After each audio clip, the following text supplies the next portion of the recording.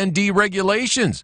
But some of those business leaders said there are good U.S. factory jobs available right now, but there's not enough trained workers to fill them all. On Wall Street, utility and energy company shares were higher as oil prices rose. Tech stocks lagged, though, following a pair of analyst downgrades of chipmaker NVIDIA. The Dow up 34 points, notching its 10th record-closing high in as many sessions. The Nasdaq today down by 25. Strong sales at Old Navy stores helping the Gap meet Wall Street earnings forecast for last quarter. Sales at off-price Nordstrom Rack stores helped Nordstrom beat expectations. But the earnings news, not good at tech service giant Hewlett-Packard Enterprises, which has lowered its profit outlook for the rest of the year. Tom Busby, CNBC. Are you paying too much for term life insurance? There's a tremendous price war among the major term life companies. Rates have dropped dramatically in the past few years. For example, a man age 45 non-tobacco user, $1 million of coverage, $75 per month level rate for the next 10 years. Or a man age 50 non-tobacco can obtain $500,000 of coverage for a monthly premium of only $110 per month, guaranteed not to change for the next 20 years. That's right, level rate guaranteed not to change for the next 20 years. If you're a smoker, we have great rates available for you as well. At Term Busters, we specialize in policies of $500,000 and above. If you're looking for new or replacement term life insurance, call today for a quote at 1-800-569-5440. That's 1-800-569-5440. You're probably paying more than you should. Call Term Busters, 1-800-569-5440, or visit our website at termbusters.net. Remember, 1-800-569-5440. Rates and availability may vary by state. Sample rate quotes based on preferred non-tobacco underwriting. Exam required to qualify. The NBA trade deadline passes at 3 p.m. Eastern time today. So far, aside from the DeMarcus Cousins deal between the Kings and Pelicans, we haven't seen much in the way of any major movement, though the 76ers on Wednesday did pick up Tiago Splitter and a second-round draft pick from the Hawks for Ersan Ilyasova, while the Nets sent Bojan Bogdanovic and Chris McCullough to the Wizards for Marcus Thornton, Andrew Nicholson, and a first-round pick. College hoops second-ranked Villanova lost its third game of the season last night. The defending champions beaten for the second time by Butler. The Bulldogs, number 22 in the polls, winning at the Pavilion on Nova's campus, 74-66. Third-ranked Kansas took care of TCU, 87-68. Number 6 Oregon got by Cal on a late 3, 68-65. Eighth-ranked North Carolina turned back number 7 Louisville, 74-63. Syracuse on a three-pointer at the buzzer, knocking off number 10 Duke, 78-75. And the UConn women made it 102 straight wins. They doubled up Temple, 90-45. That's sports. Mark Ernay, NBC News Radio.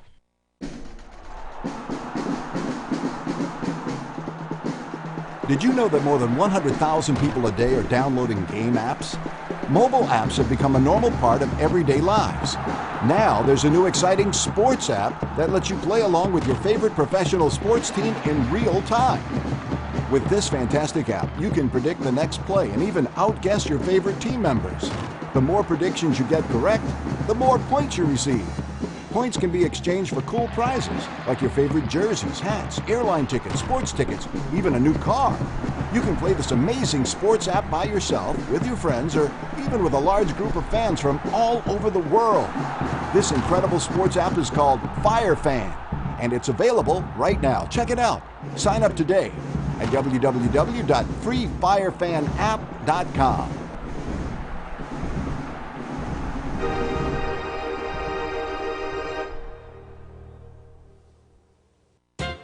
What does the word Prozac say to you? Or Viagra? Yes, they're brand names for widely used prescription drugs, but how did they get those names?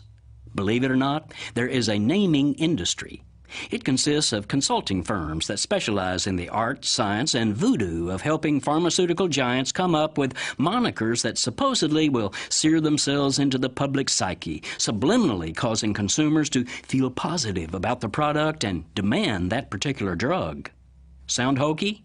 Be your own judge. The consultants, who get paid up to $500,000 per drug name, insist that letters are imbued with psychological meaning. P, T, and K, they claim, convey effectiveness. Z is speed, X is scientific, and L is calming. Take the antidepressant Prozac. The honcho of Namebase, the branding firm that worked with Eli Lilly to name this drug, can get all worked up about the impact of just the first syllable.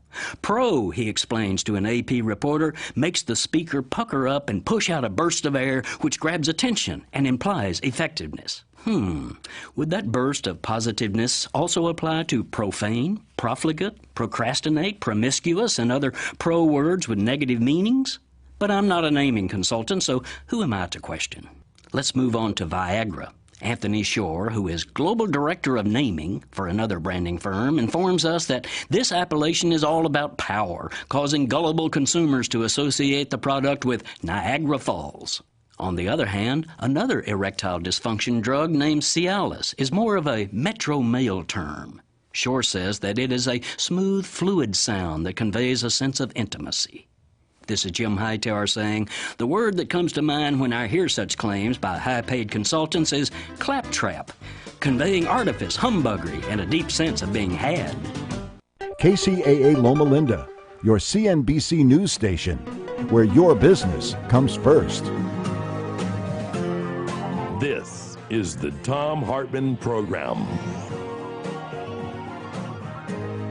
Defending America from the weapons of mass deception. Welcome back to the Thom Hartmann Program, and I'm super happy to have on the line with me Howard Epstein, the British historian, attorney, author of Guns, Traumas, and Exceptionalism, America in the 21st Century. And Howard, welcome to the program. Hi, Tom. Thank you very much. It's a great pleasure and honor. Thank you for joining us. So you asked this question: do we need a national program to wean young men from thinking that guns can solve their problems? How is it that American young men think this is the guns will solve their problems? Well, what I mean by that is there comes a point in the lives of some young men when they pick up a gun and they go crazy with it, as though that would solve anything, and of course it never does. Yeah. It causes mayhem and tragedy. So what are, the blurb for your book says that you offer practical suggestions for solving gun violence in the U.S. What suggestions have you, sir? Well, I looked at supporting gun control, which I see to be failing, with an approach through gun culture. And I saw that America has suffered more national traumas than any other culturally similar country. Yes. And America has a higher rate of homicide by firearms than any other similar country. Suicide by firearms, too. I made a connection and decided to investigate it. And I listed 20 national traumas from the Wall Street crash through to the credit crunch. Mm-hmm. And amongst them was Columbine. And when I really looked into Columbine, I could see several lessons which I think very few other outrages will teach. For example, the two boys at Columbine made a movie entitled Hitmen for Hire and showed it in the school. Nobody picked up on it. They'd been in trouble with the local police. Nobody picked up on that either. The Brady checks didn't operate to prevent them from acquiring their actually rather fearsome weapons. And it's clear that where psychopaths have a desire to acquire guns, they will in the USA all too easily find a way, and apparently to the surprise of few. They also placed explosive devices all around the school grounds, but mercifully they failed to detonate, showing that where other killing methods may fail, the gun will not. Right, guns are precision. Other similar tragedies, Sandy Hook and Virginia Tech, and I could see the dots not being joined up. Yeah. And I could see from the national traumas that American society, and I'm not the first to say this, many more learned people than I have said it, American society suffers from PTSD. Yeah, in a bunch of dimensions. We still have PTSD from the way that George W. Bush hyped 9/11 for years. I'm curious how gun control works in other countries. How does it, for example, in Great Britain, how does gun control work? It's just that guns are just not present in UK society. They're just not there. They're not there in European countries. America is unique in this way. The gun is central. You were talking about the Constitution a few minutes ago. The British take pride in Thomas Paine's contribution to the revolution. and we're aware of what goes on in America. The gun is central. It's an icon. The all-American guy, the cowboy, John Wayne, all these symbols are very important and play on the American psyche. And at the same time, American society has been pounded by these terrible traumas, the death of JFK, Martin Luther King, and the shooting at the university. The name escapes me for a minute. Several, in fact. Yeah. It wasn't the only one. Well, yeah, I'm curious your thoughts on this. If you look at Western Europe and the UK, it was roughly 3,000 years ago that the Celts swept through there and destroyed most of the indigenous tribes, did away with some of the languages. They allowed people to keep their languages by and large, and their religions. But that was, there were no guns then. That was done by sword and horseback and whatnot. And then 2,000 years ago, the Catholics swept across Europe and consolidated languages and religion and all that. But again, they didn't have guns. And so the conquest of Europe, essentially by what we would call, modern Caucasian Europeans, was accomplished without guns. On the other hand, here in North America, Europeans came here with guns and found an Aboriginal society, or literally hundreds of tribes all across what we now call the United States, across North America. Many of them living in peace, some of them living in states of conflict, and we proceeded to go on a 150-year-long binge of exterminating the indigenous people in North America, and the principal weapon used to do that was guns. Is that why America has this unique gun culture and the rest of Europe doesn't? That Europe's principal interaction with guns has been during World Wars I and II, and that was pretty horrific.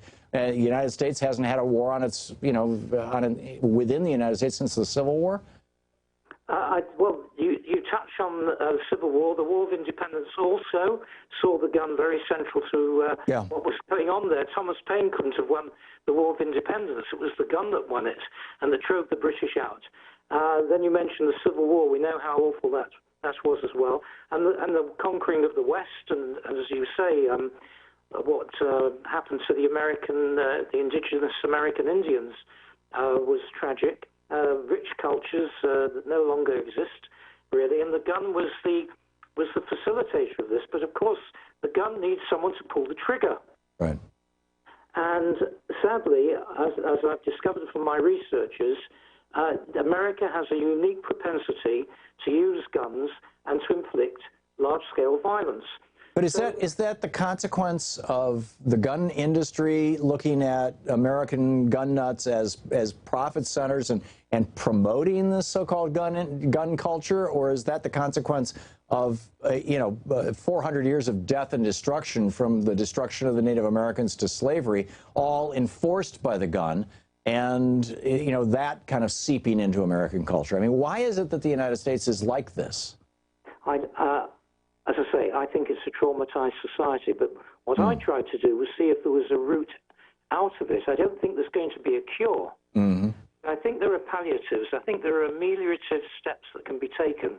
For example? And I haven't found anyone else. So lots of people have written about trauma and warning signs and joining dots, but nobody's come up with some of the suggestions that I have in my book. Right. So your suggestion is that we change, rather than change our guns, we change our culture. Do I have that right? Well, I wouldn't seek to change the whole of American culture, but I will say this. I've sought not to make an enemy of either the NRA or people very much on the left wing. What I've come up with is something that is politically, if you like, with a small p, quite anodyne.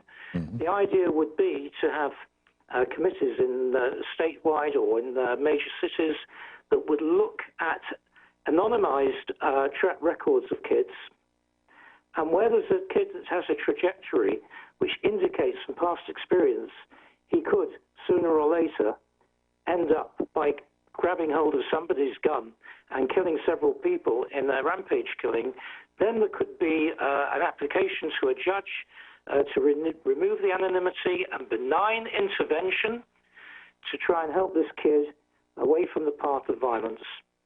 So catch the killers before they kill, basically. Get hold of them before they kill. Yes, I didn't catch your verb. What was it? Well, I just said catch the killers, but I guess it's not literally catch. It would be more like identify and help the killers before they kill. That's right. Yeah, that's a remarkable concept, and that whole kind of preventative concept is something that seems baked into European culture with the precautionary principle and everything, and is the antithesis of American culture, which is, you know, ready, shoot, aim. But I've borrowed ideas from all sorts of places. For example, in the UK, a teacher who sees that a kid is being radicalized has a statutory duty to report that kid, and then there's benign intervention in the UK. yeah, that should be the same here. British historian, author, and attorney Howard Epstein. Hang on just a second here, Howard. This is the Thom Hartmann Program. He's the author of a new book, Guns, Traumas, and Exceptionalism, America in the 21st Century. Howard, thank you for being with us today. It's been my pleasure. Thank you very much. Good talking to you. We'll be back.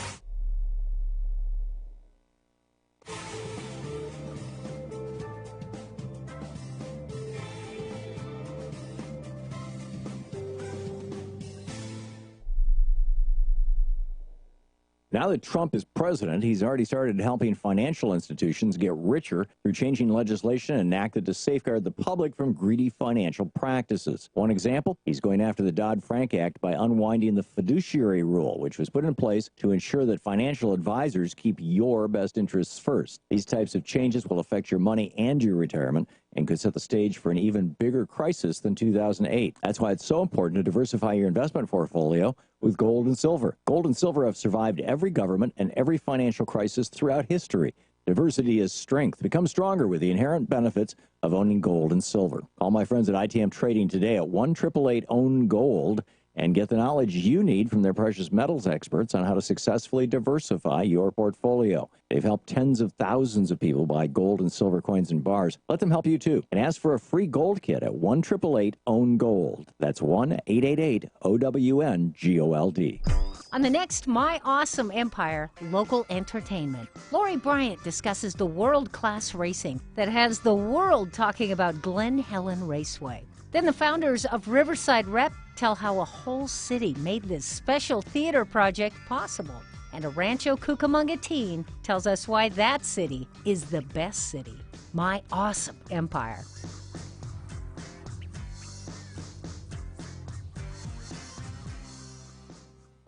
Are you particular about the vitamins and supplements you take? Have you found that the big chain stores simply don't have what you need? Then you should know about the Vitamin Center of Agora Hills. You'll find rock-bottom prices on gourmet, top-quality vitamins and mineral supplements at the Vitamin Center. Get 30% off on all supplements and homeopathic products. All, not just selected merchandise. In addition, you'll find 30% off on all cosmetics, soaps, shampoos, toothpaste, makeup, hair coloring, and lip gloss. And all tea products are discounted 20%. Why go anywhere else? See for yourself at the Vitamin Center of Agora Hills, or check out the savings and place your order online. VitaminCenterAgoraHills.com. Start saving by getting what you need from the Vitamin Center of Agora Hills. And tell a friend that the Vitamin Center ships nationwide. Call 818-707-0005. That's 818-707-0005. The Vitamin Center of Agora Hills. Are you still trying to spray away your embarrassing bathroom odors? Now you can vent them away through your toilet as they occur with the MG Toilet Odor Venting System by Manderley Gate. There are no filters, sprays, or batteries to ever buy or replace. Let MG equip your toilet and never worry about embarrassing bathroom odors again. Go to mgequip.com or call 1-800-542-9616. Again, mgequipped.com or call 1-800-542-9616. Manderley mgequipped.com or call 1-800-542-9616. What a great gift idea.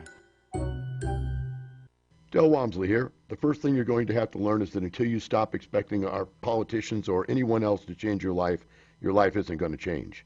The only person who can change your life is you, but you need to know how. Listen to my show, the Del Walmsley Radio Show, where the hype ends and the help begins. Right here on KCAA, now broadcasting on 1050 AM, 102.3 FM, and 106.5 FM, the stations that leave no listener behind. KCAA Loma Linda, your CNBC news station for the Inland Empire.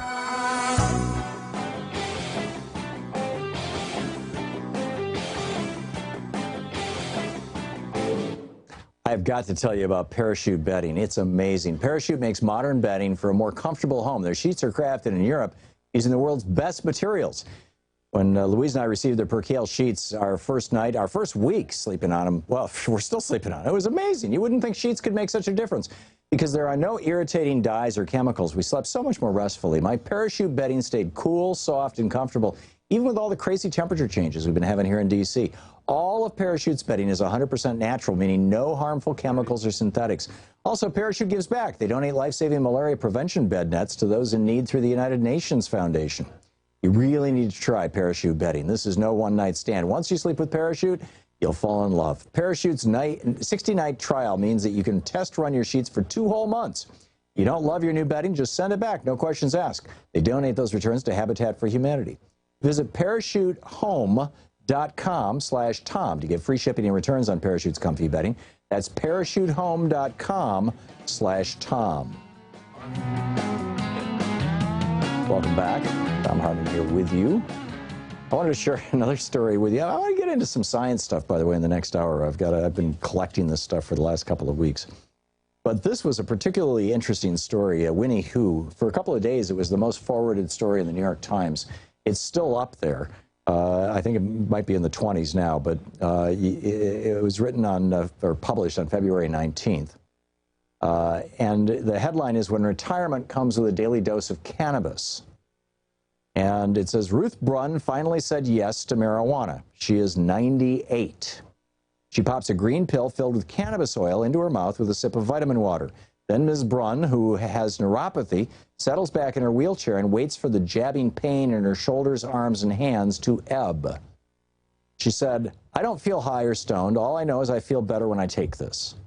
Ms. Brunn will soon have company. The nursing home in New York City where she lives, the Hebrew Home at Riverdale, is taking the unusual step of helping its residents use medical marijuana under a new program to treat various illnesses with an alternative to prescription drugs. And then, they go through this all across the country where medical marijuana is legal, and that's in 29 states. People are starting to use it, and she says for a whole variety of medical conditions. She writes, among them, neuropathic pain, severe muscle spasms associated with multiple sclerosis, unintentional weight loss, vomiting, nausea from chemotherapy. There are also reports that pot has helped people with Alzheimer's disease and other forms of dementia, as well as Parkinson's. And then she goes in and looks at these various retirement communities, and Anita Mataroso, 72, a grandmother of 6, who is the program director at this residential treatment or residential facility for elderly people. She says, "I would be in a lot worse shape if I wasn't using cannabis, both physically and mentally." This grandmother of 6, she takes marijuana daily for arthritis and nerve pain, among other ailments. In the state of Washington, at least a dozen assisted living facilities have formal medical marijuana policies. This is all being driven by demand from the residents. People saying, hey, we want something other than, narcotics. So we want something that actually works to kill pain that isn't going to get us addicted. And they get into this research. There are concerns. Older people might be more sensitive to doses of drugs, but so they start with very, very small doses, and it apparently doesn't take a lot. And this is one story. At the Hebrew Home in the Bronx, the medical marijuana program was years in the making. Daniel Reingold, the president and chief executive of River Spring Health, which operates the home, said he saw its powers firsthand when his own father, Jacob, was dying from cancer in 1999. To ease his father's pain, Mr. Reingold boiled marijuana into a murky brown tea. His father loved it and was soon laughing and eating again. Mr. Reingold said the only relief he got in those last 2 weeks of his life was the tea. And he went to the board members of the nursing home and said, hey, let's do this. And they put it into place. And Marcia Dunetz, 80, a retired art teacher who has Parkinson's, said she worried at first what people would think. It's got a stigma, she said. People don't really believe that you're not getting high if you take it. But she decided to try it anyway, and now she no longer wakes up with headaches, feels less dizzy and nauseated, and her legs don't freeze up as often. She's 80 years old. For Ms. Brunn, the marijuana pills have worked so well that she's cut back on her other pain medication, morphine. I would say that's a good outcome, wouldn't you? Medical marijuana is just exploding. I mean, recreational marijuana is all over the country, and I would bet you that a good percentage of the people in places like, Washington State, Oregon, Colorado, where recreational marijuana is not only widely available, but because of the wide availability of it, you can walk into these dispensaries, these legal recreational marijuana dispensaries, and say, I want something that's 3/4 CBD, which is the kind of, relaxes your body and kills pain stuff, but doesn't get you all that high. 3/4 CBD and only 1/4 THC. THC is the stuff that makes you smile a lot and get you the munchies, right? Stimulates your appetite. Or you can walk in and say, I want something 3/4 THC and 1/4, whatever. You can specify exactly what. In fact, you can buy pills of pure CBD in a lot of these places, which doesn't get you high at all, but it's a very effective painkiller. And so this is spreading, and I'm waiting for Jeff Sessions to go off on this, because at the federal level, marijuana is illegal. So Jeff Sessions technically has the ability right now to walk into any state, any of these 29 states with medical marijuana, or any of the, I think it's about a half a dozen states now with recreational marijuana, and he has the ability to walk into any of them and shut them down and throw people in prison. And I suspect he's going to try it. And if he does, I think there's going to be absolute hell to pay. Just like, I guarantee you, Steve Mnuchin and the Treasury Department and these guys, these billionaires who are in Trump's cabinet, they're going to try and cut taxes on billionaires. That's coming up next. They're going to try and voucherize Medicare. They're going to try and block grant Medicaid so it slowly dies on the vine. They're going to try to privatize Social Security. All this stuff is right there. You look at his cabinet. They're going to try and destroy the Environmental Protection Agency and take us back to an era when the Cuyahoga River was catching on fire. It's very clear what they're up to. And people need to be speaking out right now, saying, hey, wait a minute. We would like our country to be functional for its people. You're listening to the Thom Hartmann Program. Call 202-808-9925. Frankly, I think medical marijuana is a part of that. If you have any medical marijuana stories you want to share, I'd love to hear those too. So anything you want to talk about, give us a shout. We'll be back with your calls later.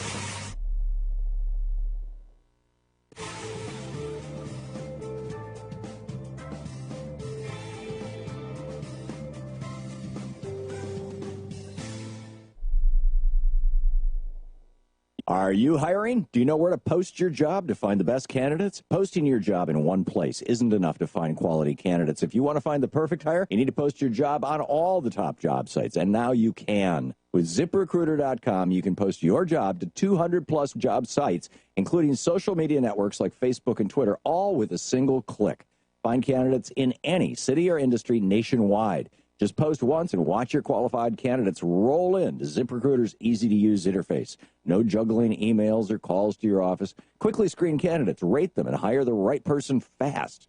Find out today why ZipRecruiter has been used by Fortune 100 companies and thousands of small and medium-sized businesses. And right now, my listeners can post jobs on ZipRecruiter for free by going to ZipRecruiter.com/Hartmann. That's ZipRecruiter.com/Hartmann. One more time, to try it for free, go to ZipRecruiter.com/Hartmann. That's ZipRecruiter.com/Hartmann. We all need and use energy, and in particular electricity. So why not select the non-fossil fuel options to get your energy? With Arcadia Power as a choice, we can all help make our environment healthier. Arcadia Power is doing something this country needs right now. Arcadia Power is a renewable energy company that is giving everyone in the United States the option to sign on their home or apartment to clean energy. Anyone who pays an electric bill is eligible. You keep your same utility, and they ensure that your electricity usage is automatically matched with that from a wind farm, reducing your impact and helping to increase the demand for renewables. It only takes 2 minutes to sign up. Everything is done online. You don't have to commit to any long-term contracts, and best of all, you can do this at no extra cost. You've been asking for a renewable energy future? Well, this is a way to join renewable energy revolution today. Sign up right now online at arcadiapower.com/Tom. KCAA Loma Linda, 1050 AM, K292FQ Riverside, and K293CF Moreno Valley. NBC News Radio, I'm Tom Roberts. White House spokesman Sean Spicer says it's not up to the federal government to rule on transgender bathroom guidelines in schools. The president obviously understands the issue and the challenges that especially young children face. He just believes that this is a state issue that needs to be addressed by states. In his daily briefing, Spicer defended the rollback of Obama-era rules on the matter. Pressed about whether it is a civil rights issue, Spicer said it's a question that should be appropriately addressed by individual states. President Trump plans to make the U.S. nuclear arsenal the top of the pack. Trump told Reuters in an exclusive interview that a nuclear weapons buildup is necessary because the U.S. has fallen behind in its nuclear capacity. Secretary of State Rex Tillerson says the U.S. and Mexico must look closely at border security. We also reiterated our joint commitment to maintaining law and order along our shared border by stopping potential terrorists and dismantling the transnational criminal networks moving drugs and people into the United States. In a joint news conference with Mexican Foreign Affairs Secretary Luis Videgaray, Tillerson called the talks forward-looking and productive. A former U.S. Olympics gymnastics doctor is pleading not guilty to molesting young girls. Larry Nassar entered his plea today in a Michigan court where he was arraigned on 22 counts of criminal sexual conduct. Most of California is officially considered out of the drought. The latest U.S. Drought Monitor report out today shows less than 20% of the state still facing drought conditions. Parts of Northern California are having their wettest winter on record, while Southern California is getting more rain than it has in years. Just a year ago, more than 90% of California was still in the grips of drought. Randy Fuller, NBC News Radio. Pope Francis is suggesting it might be better to be an atheist than a Catholic who scandalizes others. In a sermon today from his Vatican City residence, the Pope said it is scandalous for Christians to say one thing and do another. You're listening to the latest from NBC News Radio. From the KCAA Weather Center, I'm Tom Ladd. For this afternoon, it'll be sunny. Expect a high near 57. Clear tonight with a low of 40. Sunny Friday. Expect a high of 62. Clear Friday night with a low near 42. It'll be sunny Saturday. Expect a high of 63. Chance of showers Saturday night. Mostly cloudy with a low of 48. And a chance for rain Sunday. Cloudy. High near 56. That's your weather forecast for this hour from KCAA 1050 AM, 106.5 FM, and now 102.3 FM. 3-in-1, the trifecta of talk in Southern California. Hi, it's Jan Elliott in Snow Country, and the snowmaking has resumed at Mountain High on West Resort. Made several inches of snow on many of your favorite trails. Check out the trail report for a complete listing. Now at Bear Mountain, you'll find pack powder and machine-groomed snow, 24 runs open. June Mountain skiing over 30 trails. Fresh powder at June Mountain, where they just picked up another 1.5 feet of snow this week. Bear Valley skis all 53 trails. Storm total over 50 inches. Sugar Bowl as well. And Sunrise Park in Arizona picked up 6 inches of snow this week. They're wide open. Heading into the Rockies with Crested Butte, another inch of new snow on the slopes. 121 trails at full operation for Crested Butte. Sun Valley, Idaho skis 32 miles of terrain. Now they've had a snowy week too, up to 15 inches of fresh on the slopes in the last 3 days. More details are always at snowcountry.com. I'm Jan Elliott on the trifecta of talk, 1050 AM, 106.5 FM, and now 102.3 FM, the stations that leave no listener behind. KCAA Loma Linda, your CNBC news station for the Inland Empire.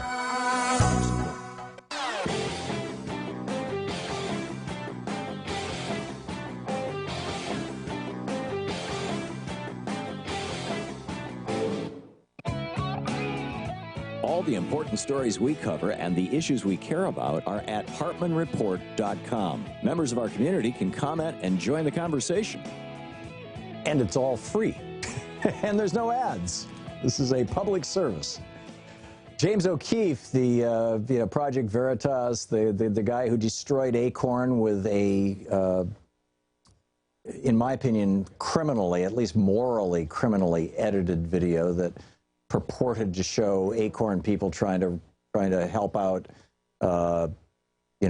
prostitutes or something. I mean, it was just totally bizarre, and it was wrong. I mean, what he did. In fact, the guy that he destroyed, that James O'Keefe destroyed, had called the police on O'Keefe after O'Keefe tried this thing. They've had a number of these incidents O'Keefe has where it just, they're just bumble stumbles. It's just, and now he's got another one. He's got somebody at CNN has recorded a bunch of audio back in 2009. And they're now making this available through O'Keefe. And a good story about this over at rawstory.com. And well, actually Politico. I guess they're quoting Politico. And there's just a giant dud. In Project Veritas's news release about the tapes, the first highlighted segment are two producers talking about the use of certain polls and why then CNN polling director Paul Steinhauser declined to use a poll by Rasmussen, a group whose polling methods are still not widely accepted. Yeah, Rasmussen is the polling company that is always the go-to one on Fox News because it always shows Republicans 20 points ahead of everybody else. But, they don't do the kind of polling that Pew does or that the Gallup does. It's not good, accurate polling. So good. They're not using Rasmussen. That makes perfect sense. Another highlight is of an assignment desk editor saying Fox News is unbearable. Do you disagree with that? And a news desk editor talking about how there's no debate about climate change. Geez, I mean, these are really smoking guns, aren't they? I mean, this is incredible. What James O'Keefe has found, it's like, wow. This is so pathetic. This is just so pathetic. Tim in Whitewater, Wisconsin. Hey, Tim, what's on your mind today? Hey, I was thinking about the guy that talked about the empty chair at the town hall meeting and asking questions to the empty chair. Mm-hmm. And I thought, add to that, target somebody to run against this person and have them ready. So you ask the empty chair, and when the empty chair doesn't respond, you say, well, we'd like to go to whoever who is running against or will be running against Congressperson, blah, blah, blah. What are your thoughts on this? And then as you get good responses later, that would later on pressure that Congressperson to actually show up. Yeah. And would also be able to say to them, look, this person who's running against you was able to answer the questions. Why aren't you able to answer the questions? That's interesting. I wonder if, though, by actually presenting somebody who's running against that member of Congress, presumably the Democrat who would be running against them, if that turns that venue into a campaign thing for that person who's running. I mean, there's all these legalities around that, who does what and how it gets paid for and what it's called. And then the Republican would have a legitimate reason to say, this is not a town hall, it is not my town hall, and therefore I'm not attending. I get the logic, Tim, and I think it's brilliant. Maybe that could be done by a local activist who instead says, well, I'm not sure what our Republican is going to say about this, but here's what our Democrats said about it, or something like that. And I could be wrong. I mean, this is something you should reality test with a Democratic candidate or a politician, and and ask them, what's the possibility here. But I love the suggestion. Follow up online or something. Yeah. We need to track down a little more detail, but I love the suggestion. I think it's a great idea. Tim, thank you for the call. Angela in Midlothian, Virginia. Hey, Angela, what's on your mind today? Hi, Tom. How are you? I'm great. How are you? I'm awesome. I'm glad I got through. So what's on your mind?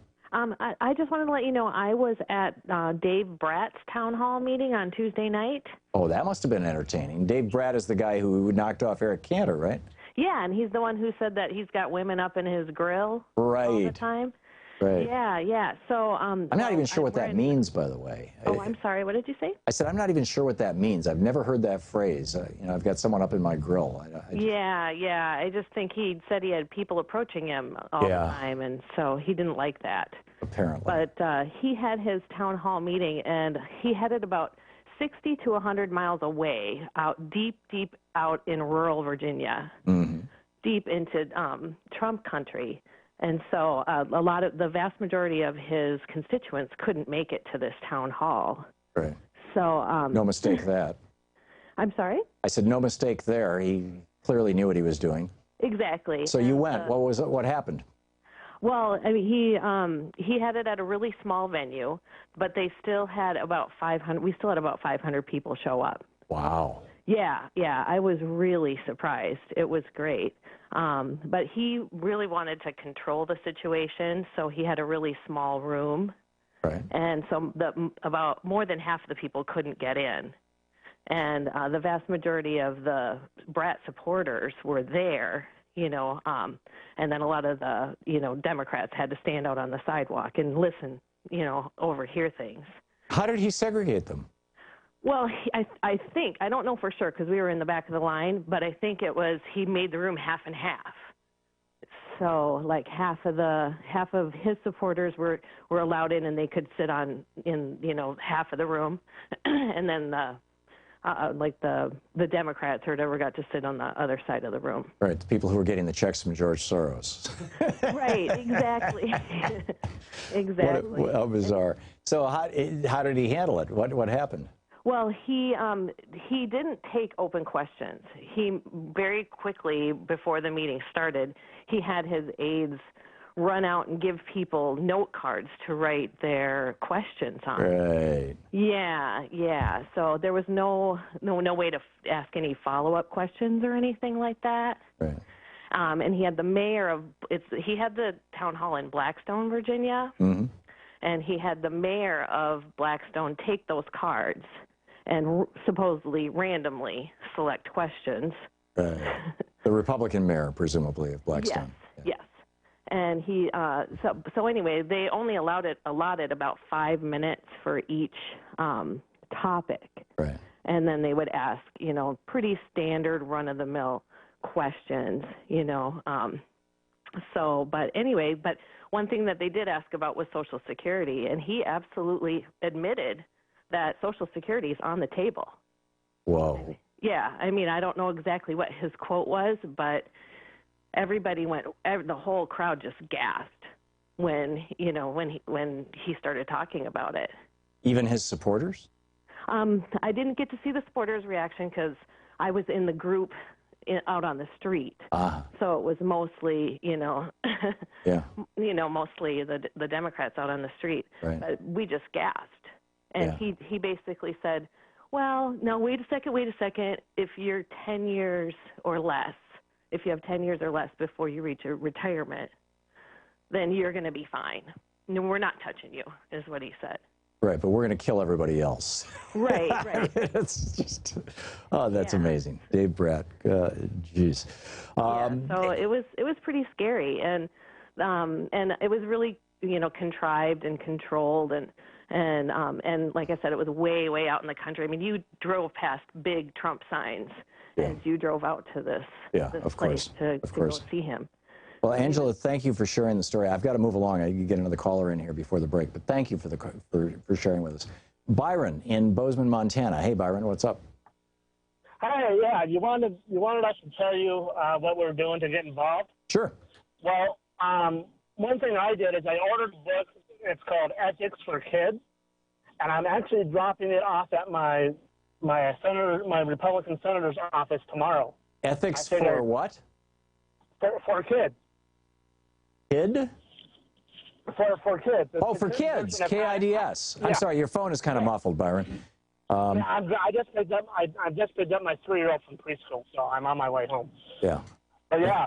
So and that's what I figured if they can read that, then that'd be great. If they can't, then Oh, that's great. So earlier we had a caller who's sending his Republican representative chicken feed, and you're sending a book on ethics for kids. I love it. Byron, thanks for the call, and thanks for listening on Sirius XM. A lot happening all across the United States right now.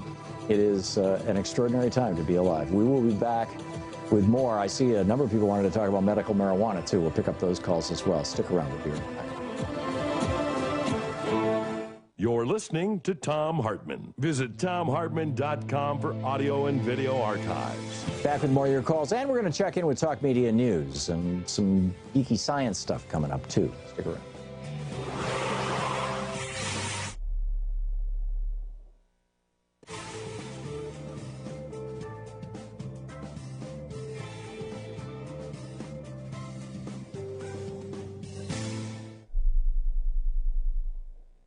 I'm a student. I'm a professional. I'm a woman. And I shouldn't have to worry about walking alone, day or night. I've heard it all. Honey, give me a smile. Harmless catcalls? I never know. I carry Tiger Lady. It's a revolutionary defense tool that's based on one of nature's most efficient defenses, a cat's retractable claws. It weighs less than my phone and is designed to collect DNA. Old-fashioned defense products are heavy, need batteries, or can backfire on me. Tiger Lady is discreet and fits in my hand. And when I make a fist, claws come out like a real-life Wolverine. It's easy to use, doesn't require training, and is legal in all 50 states. Whether I'm out for a run or making my way around campus, I come prepared with my Tiger Lady. 3 million men and 19 million women have experienced at least one incident of sexual assault. Be aware and be prepared. For a limited time, go to TigerLady.com and get the Family 4-pack at a savings of over 15% off. Use the offer code RADIO and save an additional 15% off. Find your fear. Set Tiger Lady. Inland Body and Paint is a family-owned and operated fleet collision and repair shop that's proud to live in and help our community.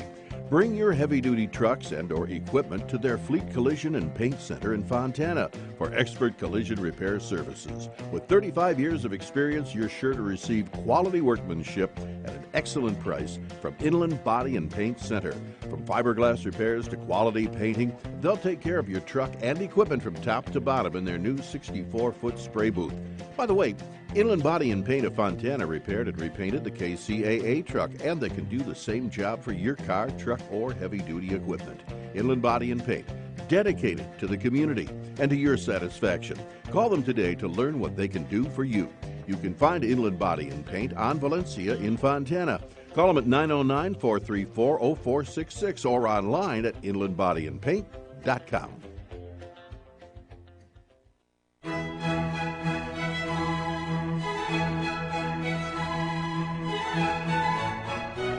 Right in the middle of Redlands is a special place called the Tennessee Gardens, where great memories and romance abound.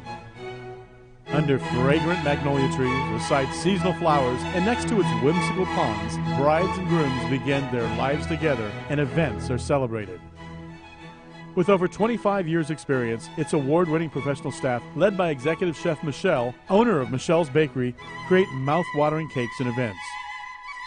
Celebrate your special event with people who care at the spectacular Tennessee Gardens, conveniently located right in the middle of Redlands. Make a no-obligation appointment to find out more about Tennessee Gardens. Call 909-793-5311. That's 909-793-5311. Or visit mybrideandgroom.com.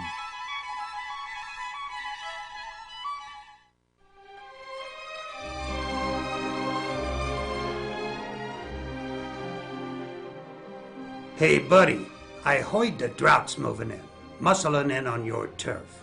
To make matters worse, the man keeps telling you to limit your spigot. That drought is bad news, no fooling. But me and my boys can help.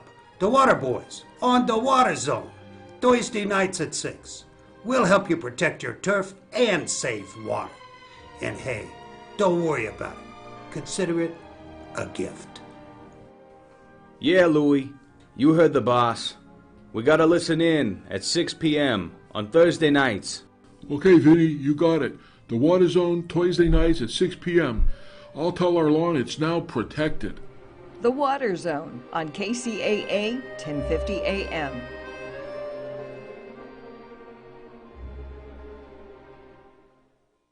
Listen to KCAA Loma Linda for less confrontation and more information.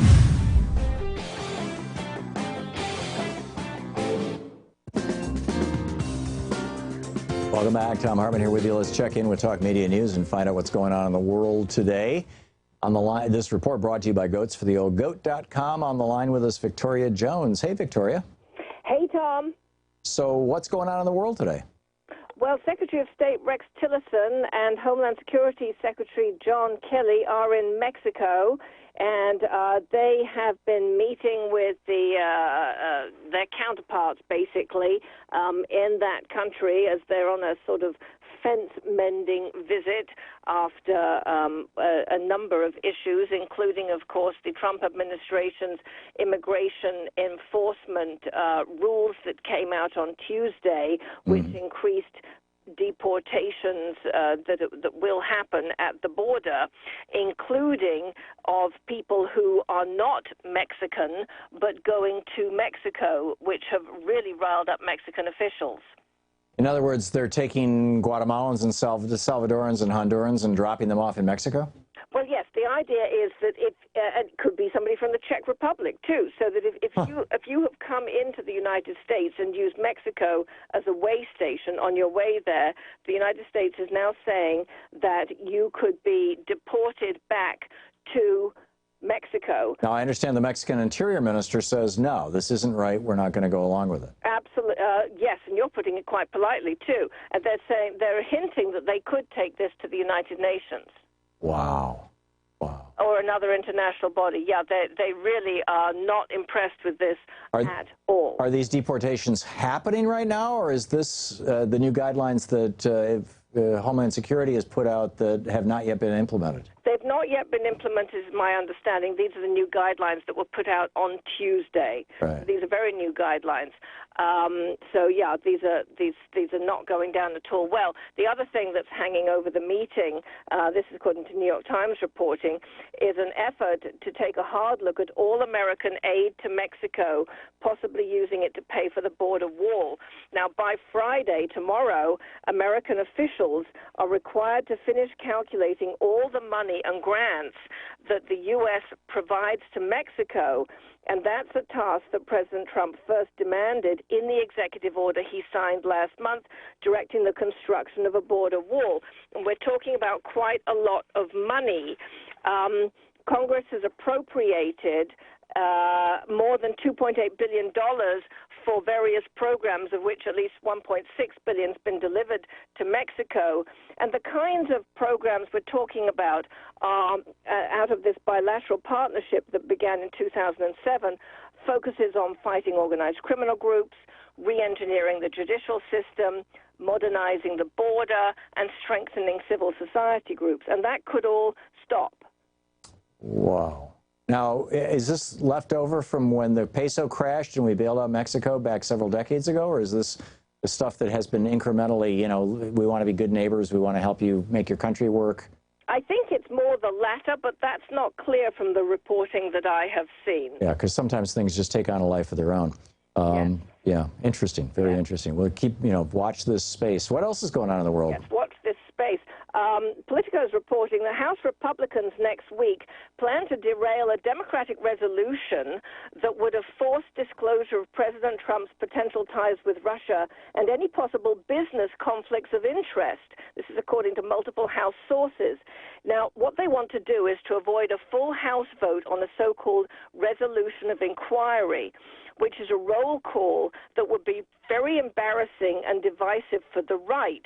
So what they plan to do is to send a proposal by Representative Jerry Nadler, a Democrat from New York, to the House Judiciary Committee for a panel vote on Tuesday, according to Democratic sources, and then the Republican-controlled Judiciary Committee would kill the resolution.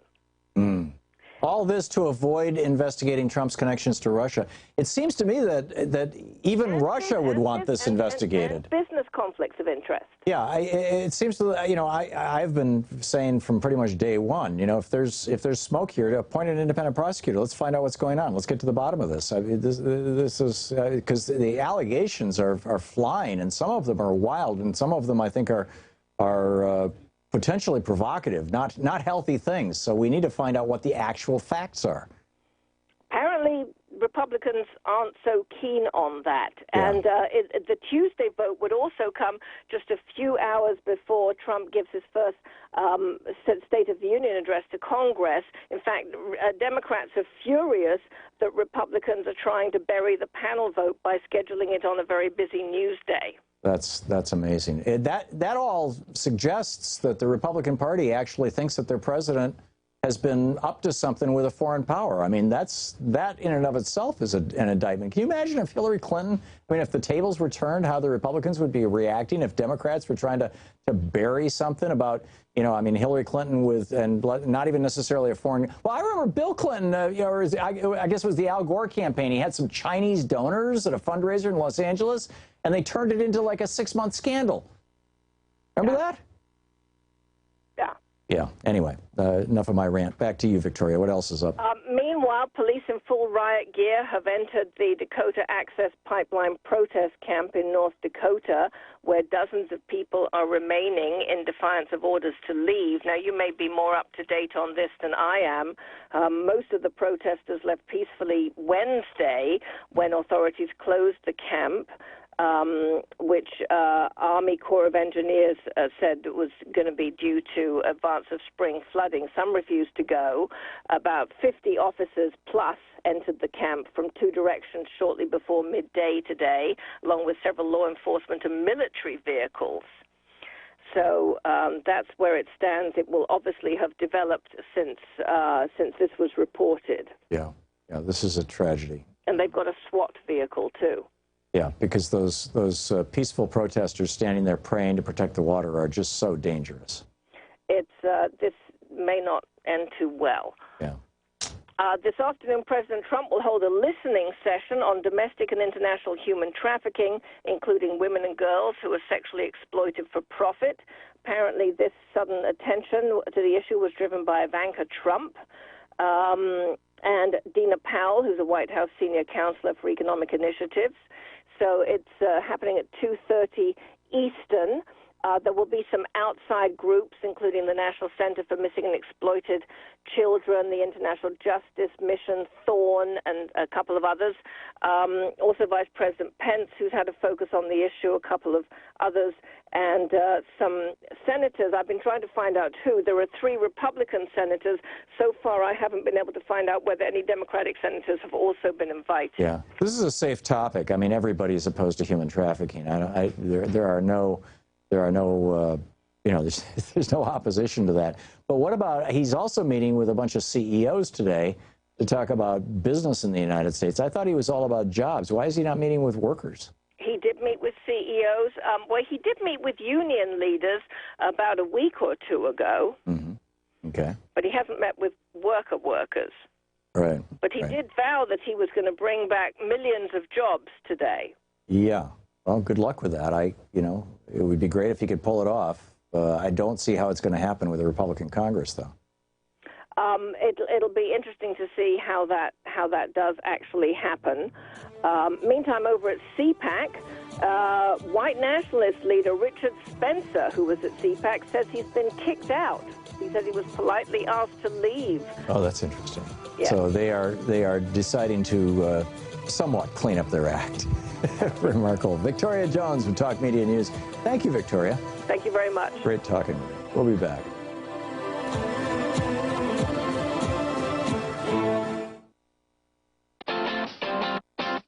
You're listening to Thom Hartmann.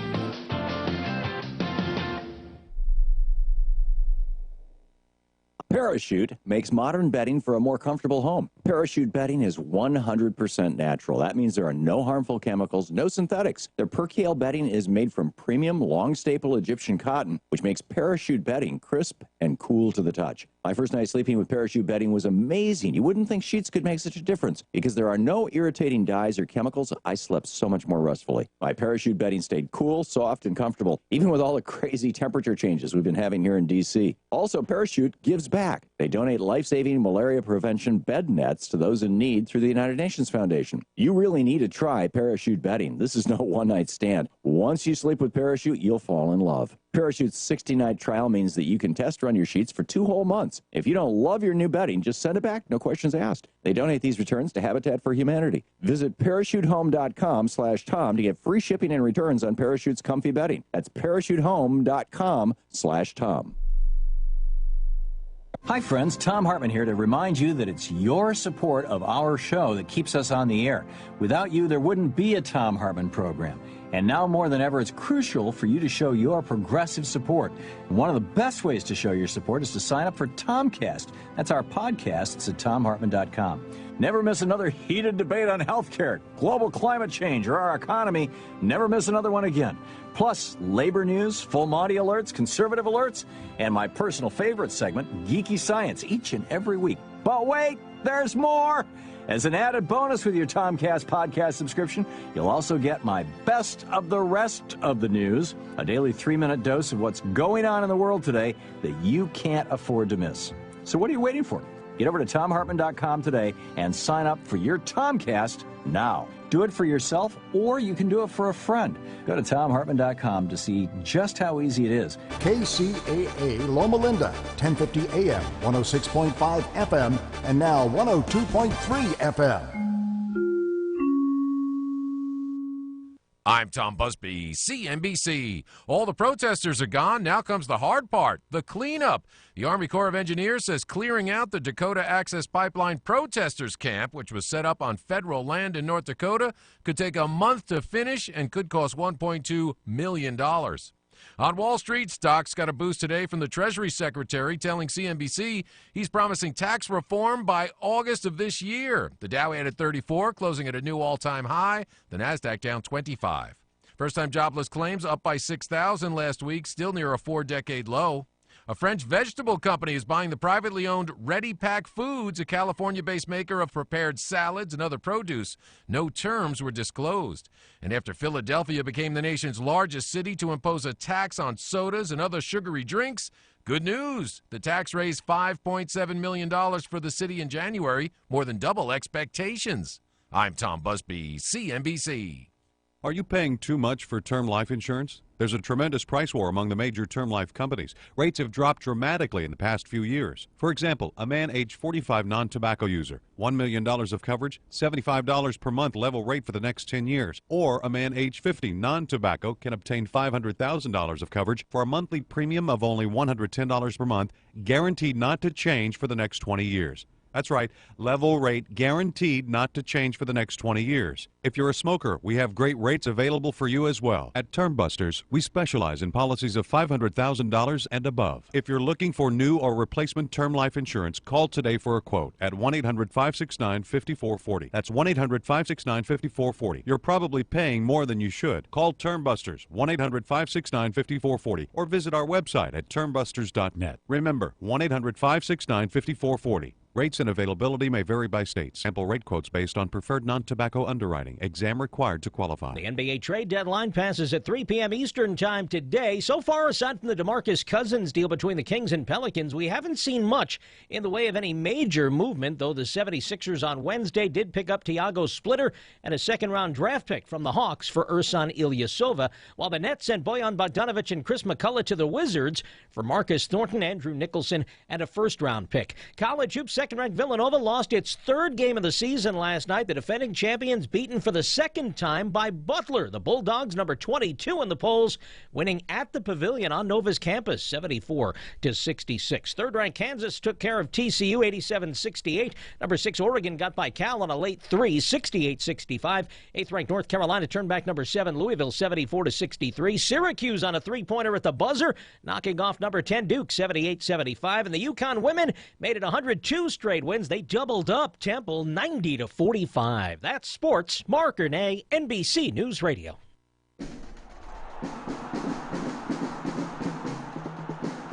Did you know that more than 100,000 people a day are downloading game apps?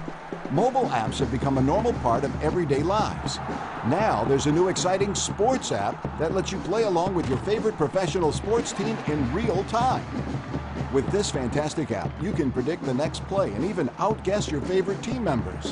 The more predictions you get correct, the more points you receive.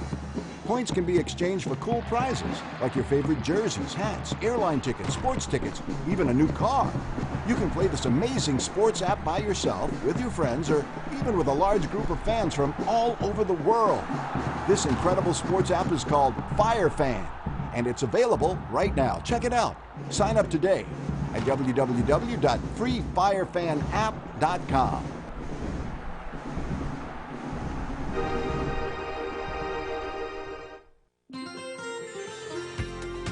From the KCAA Weather Center, I'm Rod Tanner. For tonight, skies will be clear with a low of 42. Friday will wrap up the week with sunshine and a high of 61. It'll be clear Friday night with a low of 40. Saturday, it'll be mostly sunny with a high of 62 as we move into the weekend. There's a chance for a shower Saturday night. It'll be mostly sunny with a low of 46. There's a 4 in 10 chance of rain on Sunday. Mostly sunny skies at a high 55. Showers are likely Monday. It'll be mostly sunny with a high 54. Again for tonight, down low 42, and that's your weather forecast for this hour from KCAA 1050 AM, 106.5 FM, and now 102.3 FM. 3-in-1, the trifecta of talk in Southern California. This is KCAA.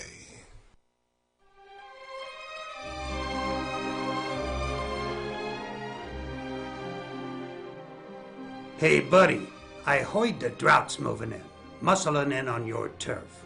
To make matters worse, the man keeps telling you to limit your spigot. That drought is bad news, no fooling. But me and my boys can help. The Water Boys, on the Water Zone. Thursday nights at 6. We'll help you protect your turf and save water. And hey, don't worry about it. Consider it a gift. Yeah, Louie, you heard the boss. We gotta listen in at 6 p.m. on Thursday nights. Okay, Vinny, you got it. The Water Zone, Thursday nights at 6 p.m. I'll tell our lawn it's now protected.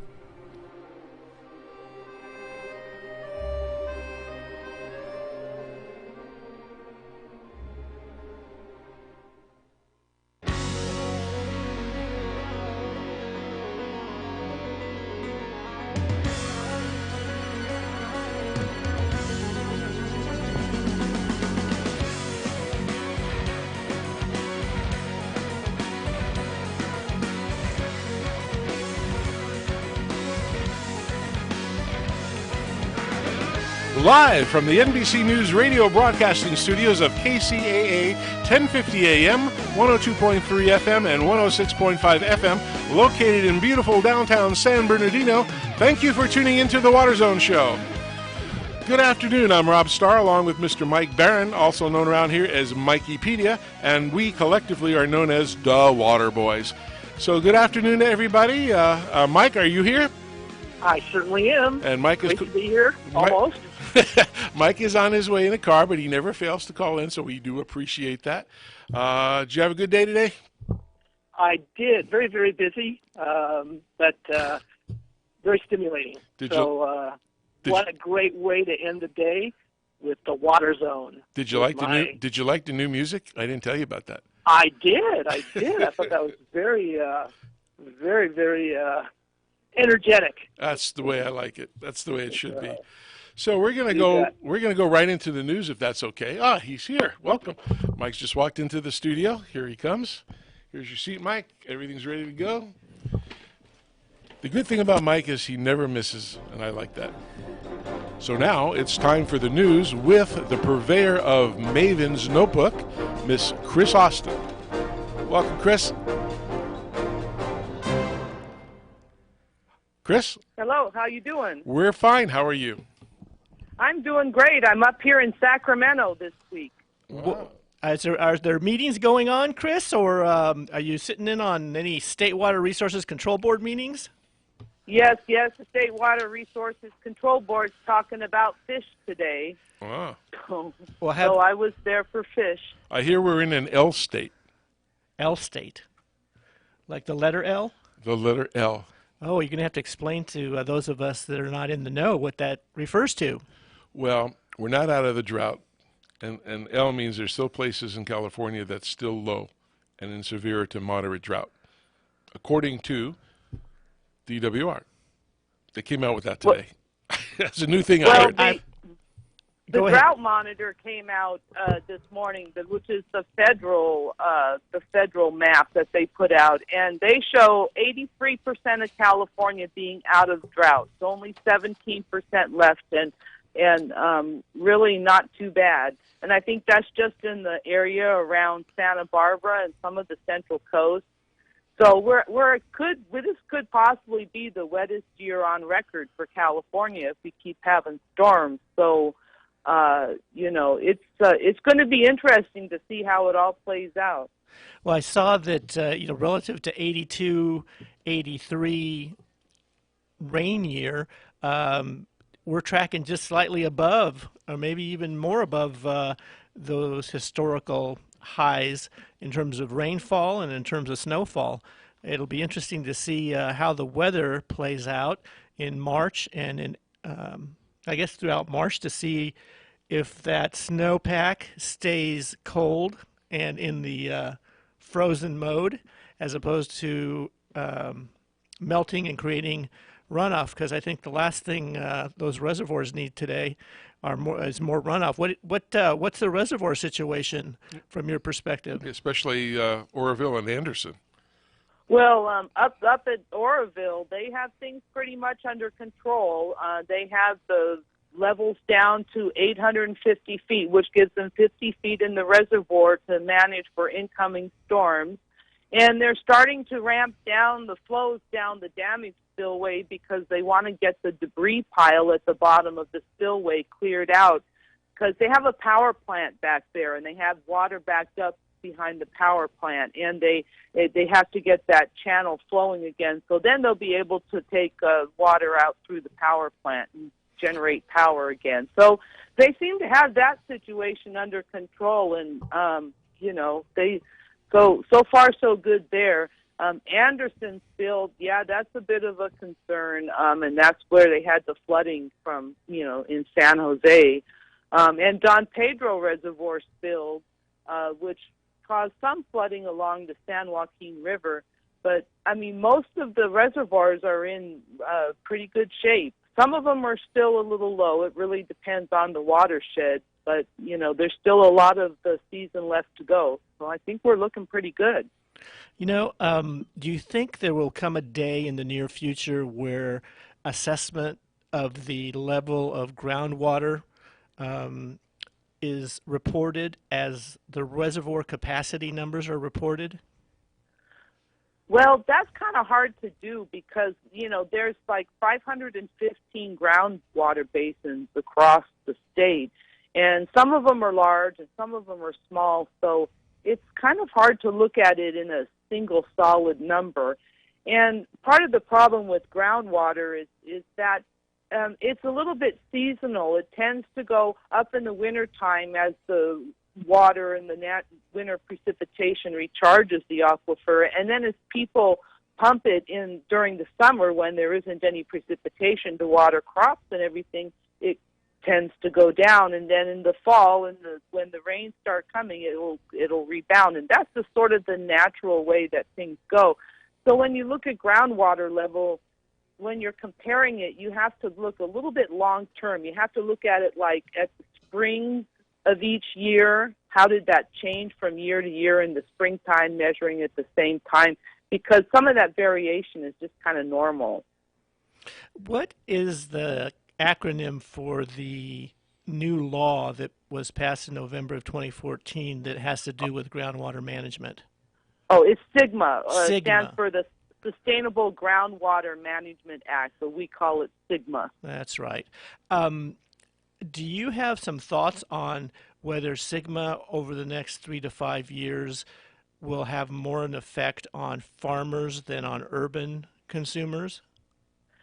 Yeah, I think it's really going to affect the farmers more. And this is really going to, there's a lot to be seen how this one's going to play out. It's going to be, they need to form local groundwater sustainability agencies in all the groundwater basins that are considered high or medium priority. So there's 127 of those. And some of those are considered critically overdrafted. So right now they're trying to get together and form these groundwater sustainability agencies, and they have until June 30th to get those agencies formed. There's an awful lot on farmers' plates these days. It's like not only do they have, the water quality control plan and the Delta tunnels, but they also have this groundwater thing. And there's just so much that competes for their attention. It must be very hard to be a farmer.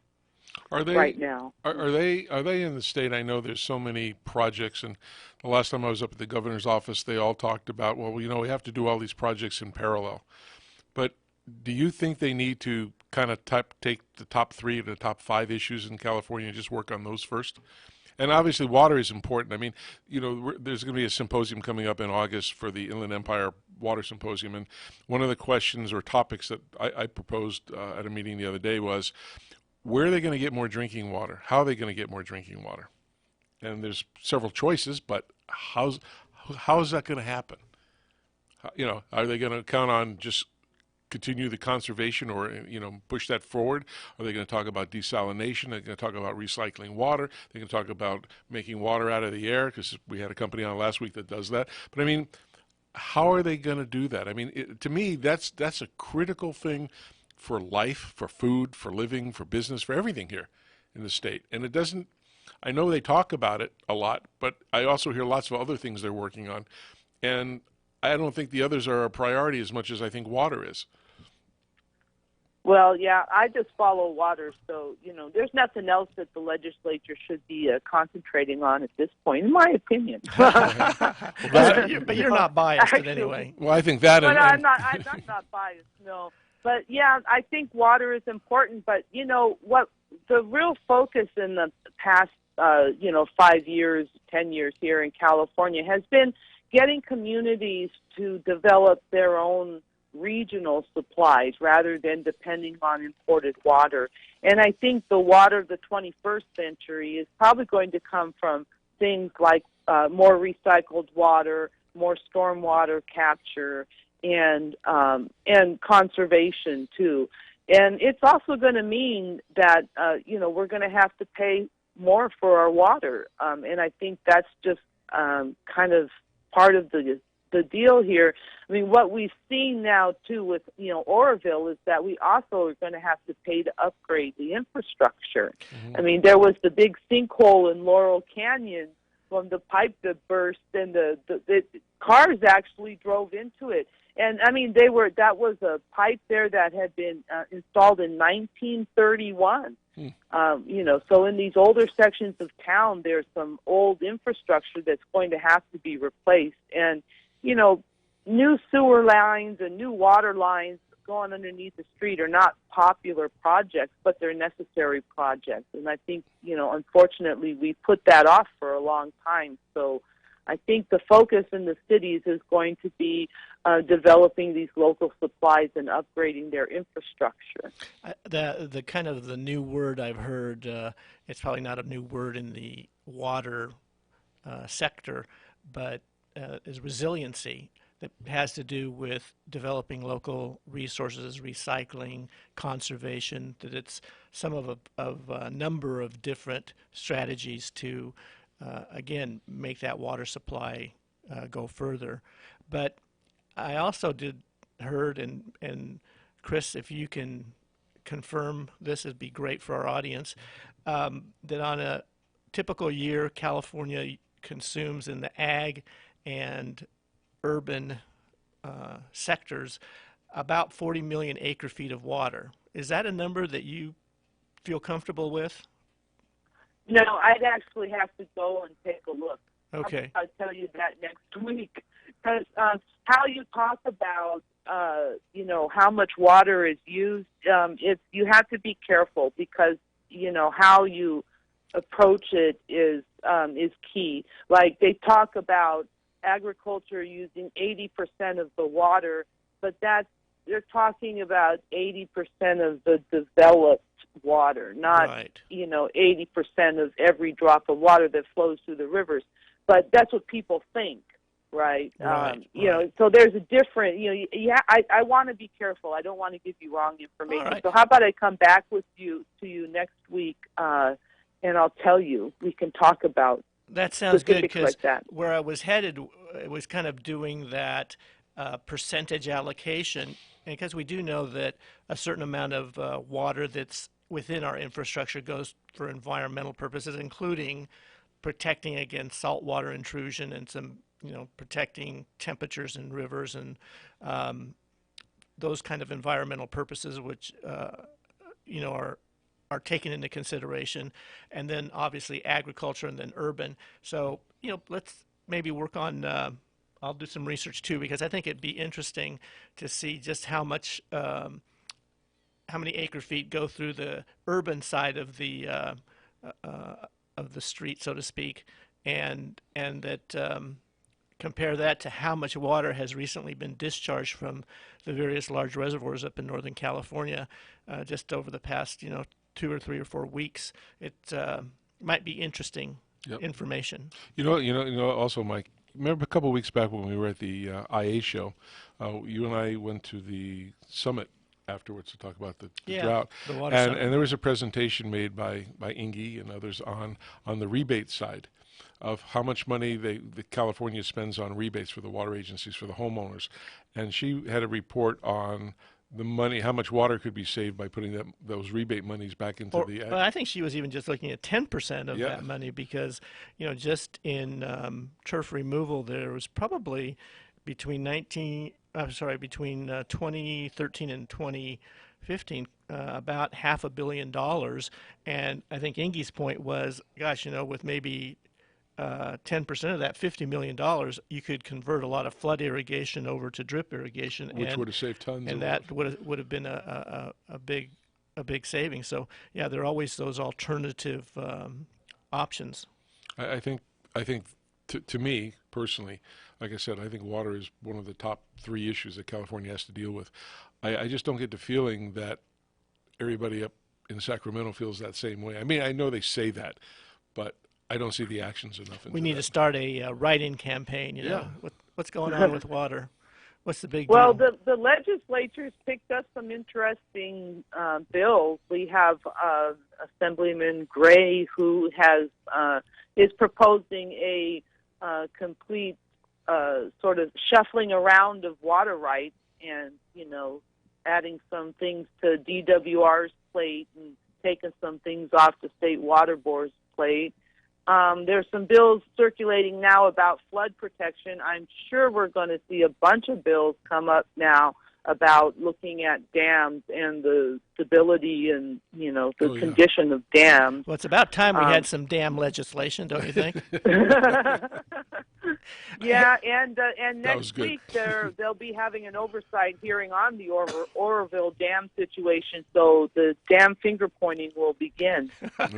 Now, I heard something, or I read something that said that the Oroville handbook on emergency management, when the spillway has to be used, was something that had not been reviewed in over 50 years. Is that yeah, that's kind of, we have manuals that these dam operators operate the reservoirs to are 50 years old. The flood control curves are really for hydrology of 50 years ago. And there's just, everything needs to be updated in the face of, our changing climate and our changing hydrology. Yeah. And, that's another issue, because when water falls and when it goes down the river, if that changes, that really affects water rights, because a lot of people have water rights to draw between a certain period of time in the springtime, say. And if when it comes your time to divert, and well, guess what? The water already melted and went away, and you didn't get a chance to get it. You're out of luck. Yeah. One of the new things, not to change subject, but there's regular water agencies, public agencies that now are starting to think that they want to take over private ones. I don't know if you've read some of those things, like in Apple Valley, for example, the Rancho water agency there is thinking they're going to have a lawsuit against the public people to come in and take over their company. It's getting bad. Just like what you said, Chris. They have these dams, they have the operations, they have this, and nobody looks at anything until there's a problem. Well, I think in general, unfortunately, we're a crisis-oriented society. That as long as it's not, we're not proactive enough.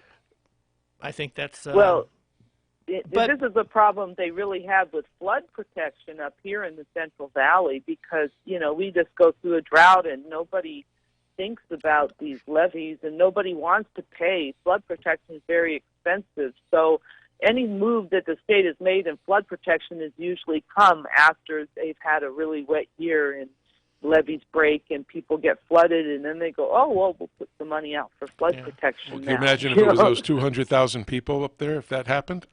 Yeah. Well, and it would have been a catastrophe. On the other hand, if this is record-setting rainfall and snowpack for the last 100 years, or since they've been keeping records in California, then there's a lot of things that were done right that we don't hear about because you tend to just hear what goes wrong, not what goes right. So a lot of things have been going right, but we find ourselves, I think, in a bit of an unusual situation where the state of California asked the federal government to declare Northern California or parts of Northern California a disaster area to qualify for funding because of flooding damage, and at the same time, the governor continues to extend the drought emergency declaration.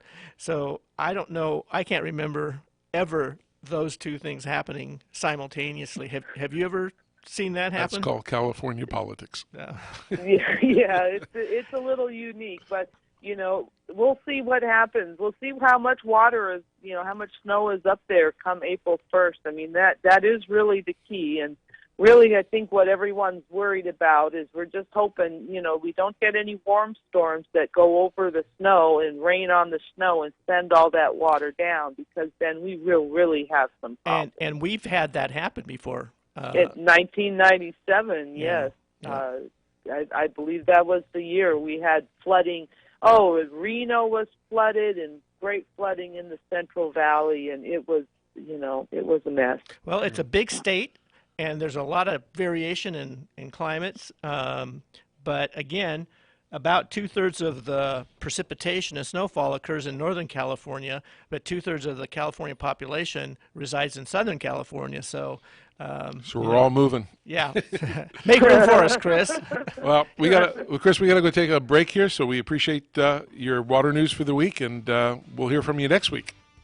Yes, it's been great fun. All right, thanks, Chris. All right, so stick around for the second half of the Water Zone on KCEA 1050 AM, and we'll be back in a moment.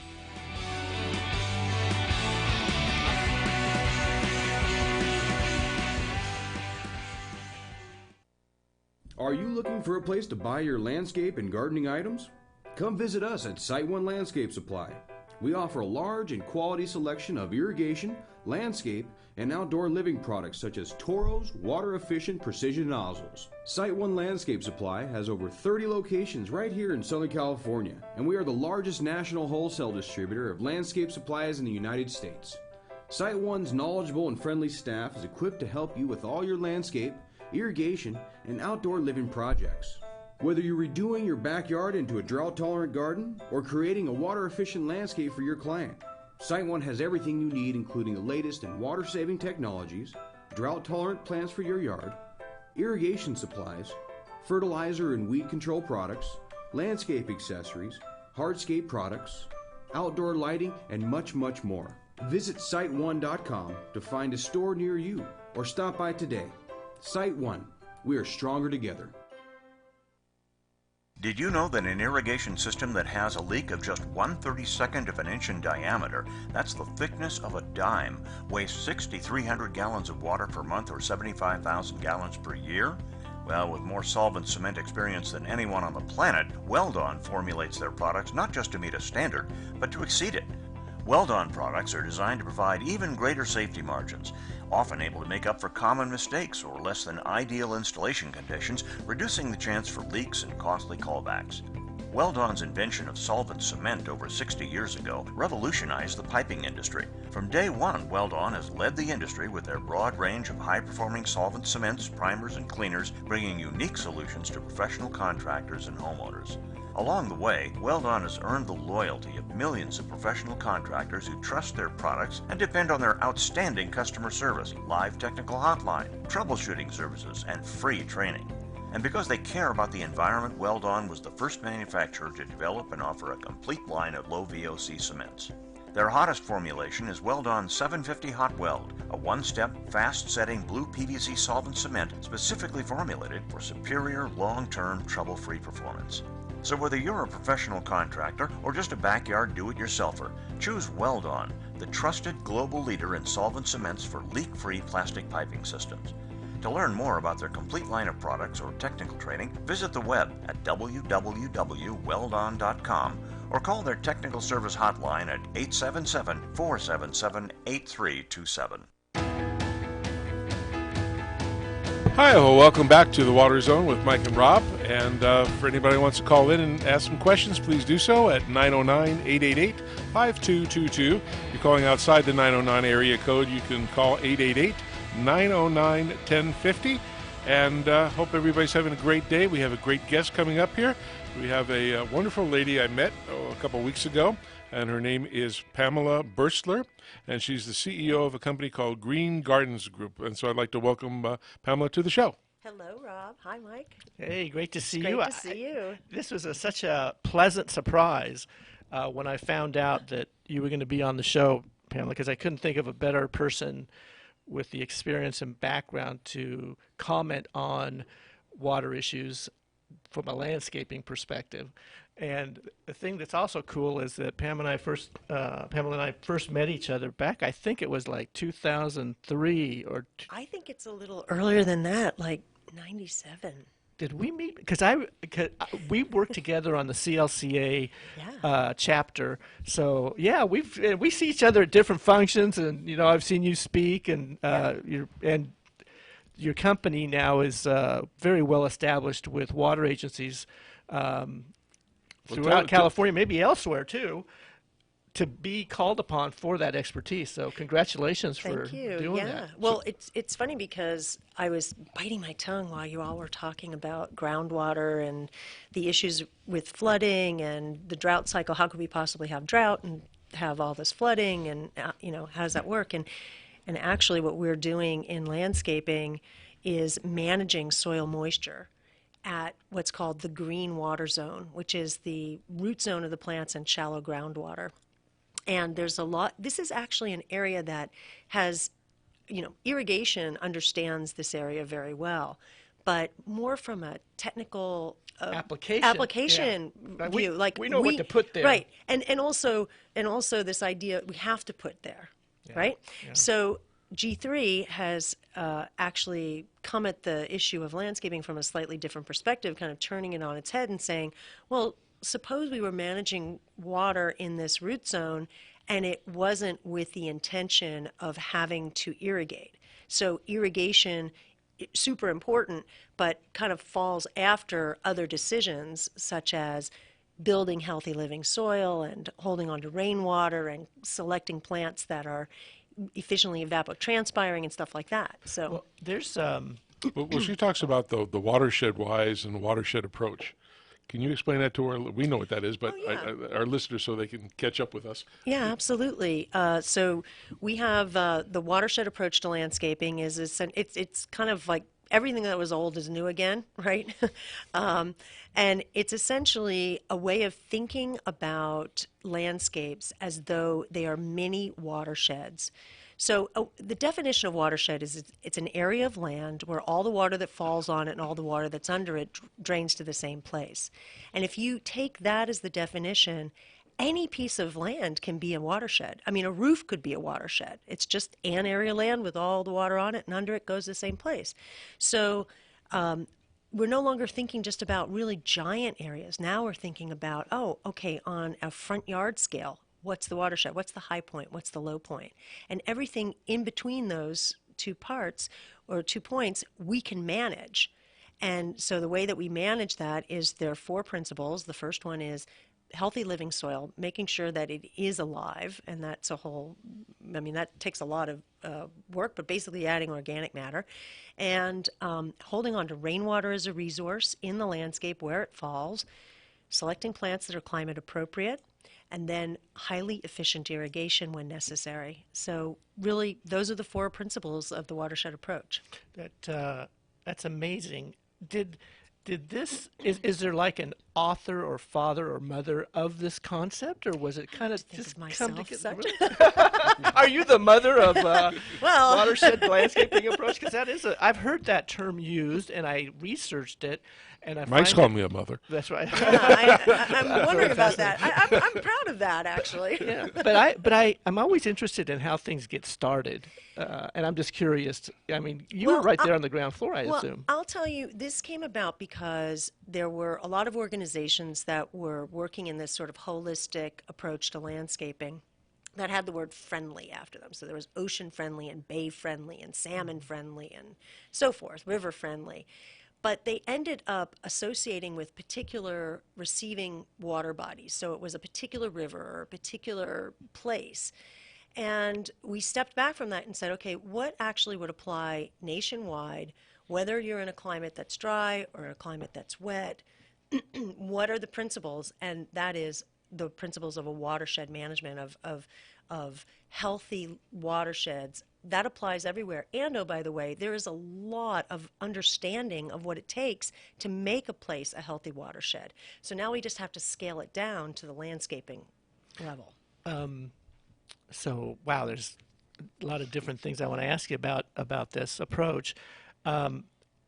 Stormwater management, which is a separate kind of technology or perhaps a study. But shouldn't be. Okay, see, this is the key. Just see, you actually showed. It's really part of it, isn't it? Right, it should be part of it. And this is the challenge that we're constantly overcoming, is that we talk about water as supply, and then water quality, stormwater management, as something separate. And, maybe we can do some really big scale projects capturing water, before it hits the ocean or before it hits a river.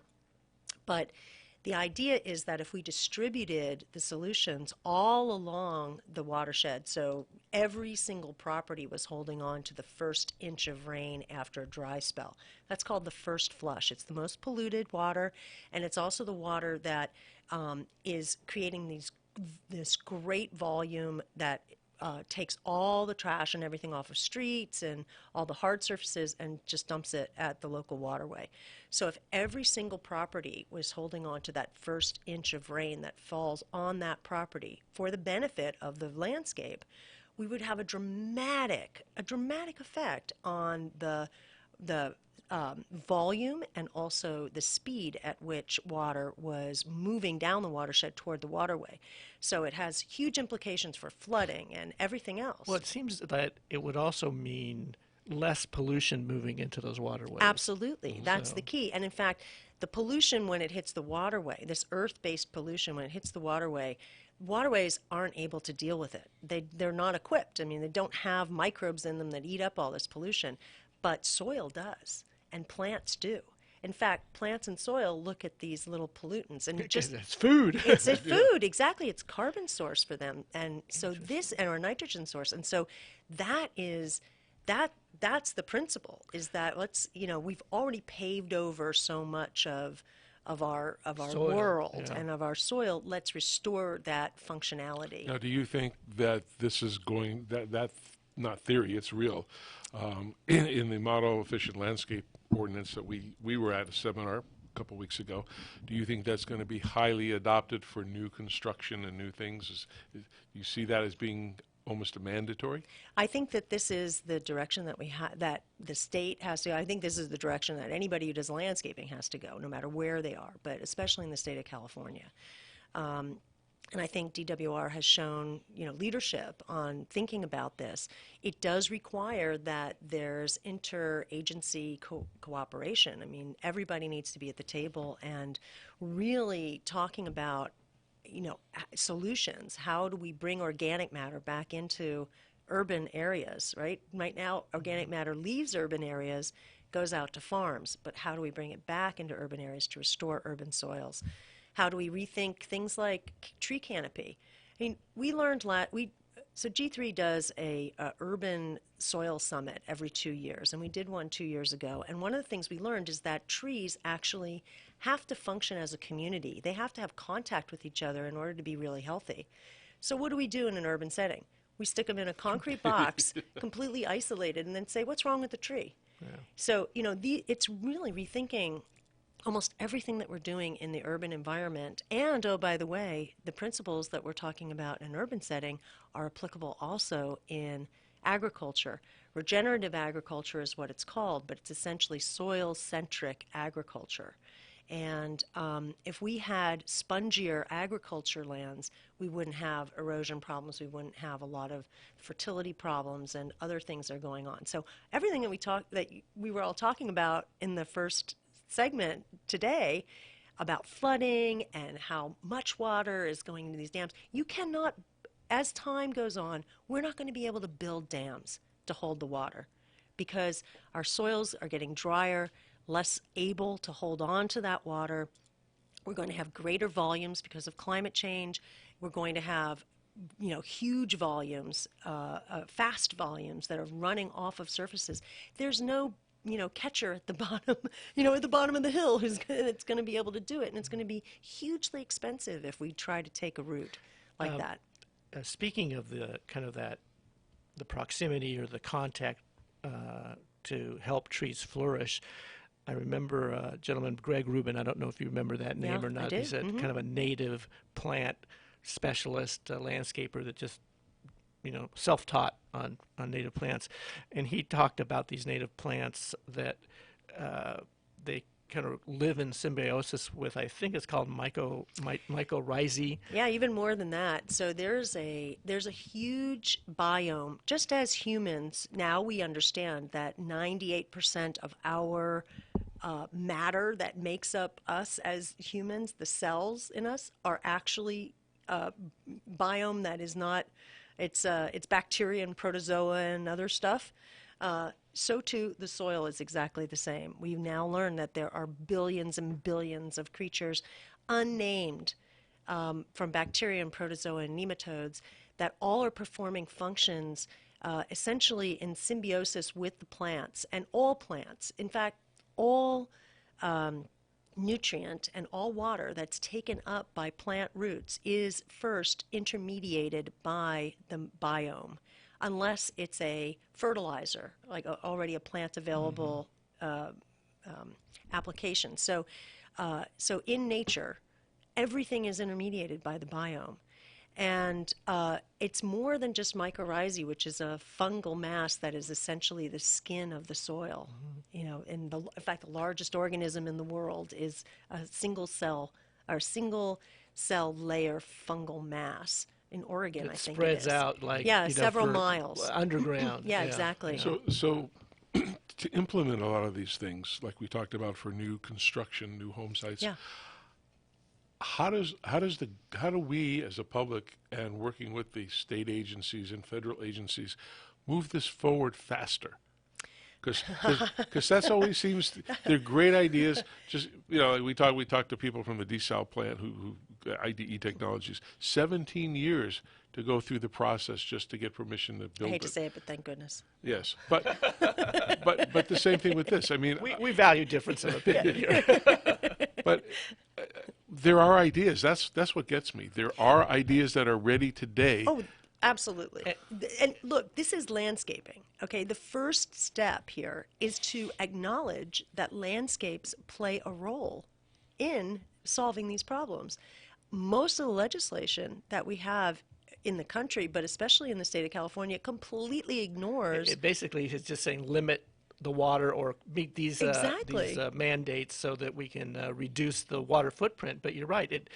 The perspective needs to expand to see a more holistic approach and the role that landscapes can play when properly designed and managed, solving some of these macro problems that we're faced with. Yes, we have to essentially acknowledge them. And actually, there's legislation happening right now that was introduced earlier this week, SB 780, which is taking the model landscape ordinance and turning it into something that would be essentially a voluntary, it's not mandatory, but it's a voluntary set of practices around the watershed approach that would be implementable for agencies that are going to be doing turf rebates or other kinds of rebates.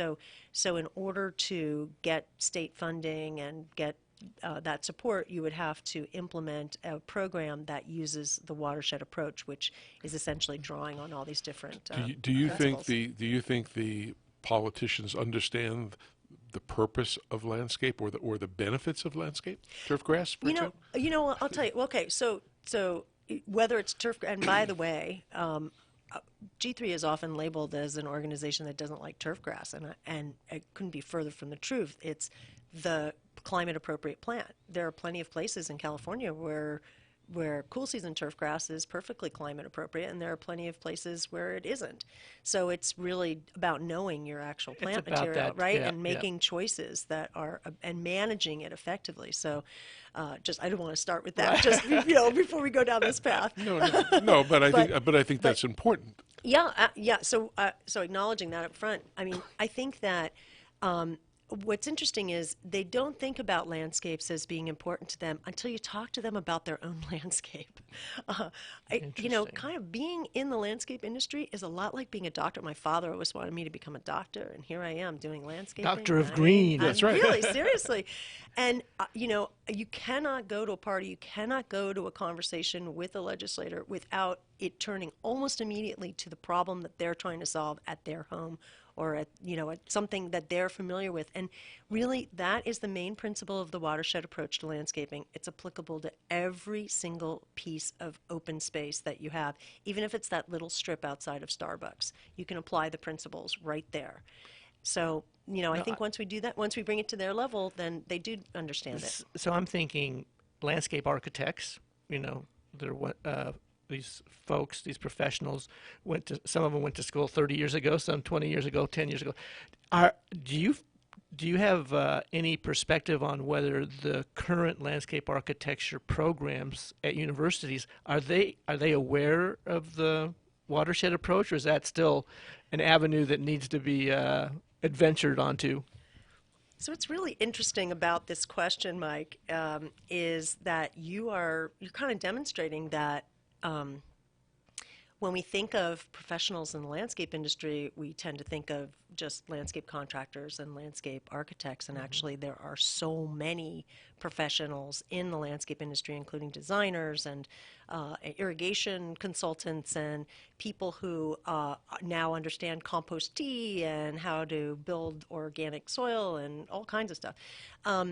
And I think that the issue is really, yes, I think that young people who are coming into land forming, designing, whether it's as engineers or landscape architects or whatever, they are getting some grounding in what's called green infrastructure.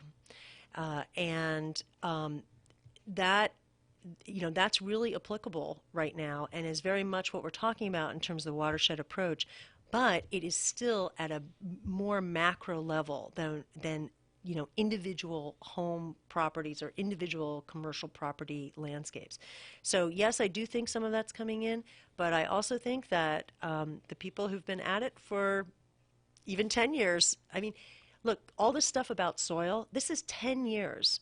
It first showed up in the NRCS soils primer on the soil food web about 10 years ago. It's new. It's not new science. It's been going on for a really, really long time, but coming into the mainstream for all of us to really grasp and understand, that is relatively new. And the idea that green water, this root zone water is so critical, that it has only been studied over the last 10, 15 years in places like Africa where they're not getting rain, and where desertification is occurring. So a lot of what's happening has happened in the last decade. So, yeah, I mean, this is one of the reasons why G3 created a professional training called the Watershed Wise Landscape Professional. Watershed Wise Landscape Professionals are people who can do irrigation auditing and have the same grounding that an Irrigation Association CLIA certified person would have, and understand soil management and understand how to capture that first inch of rain. So kind of pulling it all together, pulling that irrigation understanding of soil moisture into a more modern kind of interpretation. I had an email that was sent to me the other day, and they asked about, because we had some people on who talked about living soils and stuff, like your gentleman Ruben and Kathy Kellogg from Kellogg's and stuff, and also the Mark Slavens from Scott's. So they talked that soil is a living thing. Yeah. Inside. So the question I got was, they pack it in a plastic bag. Oh, yeah. And they ship it out. Yeah. Does it die? Can it die? Yeah. So there are a lot of issues. Because it's not getting oxygen? Or No, there are huge. Okay, so here we go. There are 3 critical components of living soil: oxygen, water, and life. You'll notice I always wear an owl, and that's because oxygen, water, and life that's how we remember it. It's an owl. Oh. Okay. So I'm going to owl. Everybody, that's right? oxygen, water, and life. Okay. Right. I like it. And irrigation is oxygen-water balance. Yeah. Right. And we're just adding on to it the life component. So it's oxygen-water balance to keep the life alive. So you're right. When you package the stuff up and the temperature gets too high, you actually begin to kill off beneficial microbes. You package it in something that becomes anaerobic. That gets rid of beneficial microbes. So there are lots of issues about how to handle this organic matter and how to, and also how to process the huge amount of organic matter that is generated by especially urban, but also the farm communities and now the forests, right? We have, what is it? What was the last number I heard? It was a crazy number of like 80 million trees, something like that, that are dying because of the beetle. This is essentially food stock for compost, and you know, where are they going to process it? There are a lot of issues that come into play here. So the key thing, I think, Rob, that you brought up at the very beginning is, how does this affect MWELO? Look, we have to just get everybody to the table and actually recognize, look, landscapes and in urban settings, suburban settings play a critical role in managing water, essentially, because it's a water cycle, right? In managing water, and, oh, by the way, in managing people's expectations of what water issues are, and you know, what kind of food could they buy, and what are their natural lands going to look like. You have to get people started thinking about it in their own front yard first and understanding what that is, and get all the agencies to be in agreement that this is something that we need to educate about, we need to put some money behind, and we need to be thinking about making the solutions that people do implement count. Yeah, that hasn't happened from, I mean, the water agencies in California have done a great job in teaching people how to conserve water and getting rid of the bad habits and all of that. But they haven't got into the things that you're talking about. But I think they're starting to. I mean, certainly, I think you were over like Chino Basin Water District. They specifically had you come and talk to attendees about the watershed. Yeah, we actually approach. did a professional training out there. We had 58 people, which was awesome. We need a lot more of that. Yeah, I know. I mean, that's just a start. Yeah, I mean, it's a start, right? Has any CLCA chapter in California Landscape Contractors Association, invited you yet? Or Mike Barron, from your lips to the goddess ears. I mean, come on. All right, I'm on a mission now. I'm for sure, because I think every chapter should have you come do a presentation. I love that idea. And because honestly, one of the things that we found is that when contractors come and understand now those irrigation principles that they learned in CLIA training and CID training, they come to this and they have that, they have that back there, and now they understand, oh, wait a second, this is how the landscape performs. It's not just about irrigation anymore. It's about a living system that we can manage. Oh, by the way, when you have that kind of expertise, now, you're commanding we should host higher. That, Mike. Yeah, Toro should host an event love at that Riverside. idea. And even more, I'm just brainstorming right now, but I would love to arrange to invite you in to give a talk to our company at Riverside, because I would love to do I that. think it's important for the engineers Totally. to understand where we're going with respect to what kind of irrigation products are we going to need And to sales and better marketing. For the future, Yeah, right? Exactly. exactly. And I think also I'm going to get you guys to come and attend. Yes, why don't you talk our- about the will. urban soil. So I summit. mentioned that every 2 years we do an urban soil summit, and this year we are doing it in August in Los Angeles from the 7th to 9th, and it is. I'm always asked, what the heck is it about, right? Urban soil. Talk about the most boring thing, because you're thinking back to the time you took that soil class and fell asleep. It was like the nap time, right? Let's see, 2 parts clay, 1 part sand. That's a clay loam. Horizon, and all this stuff.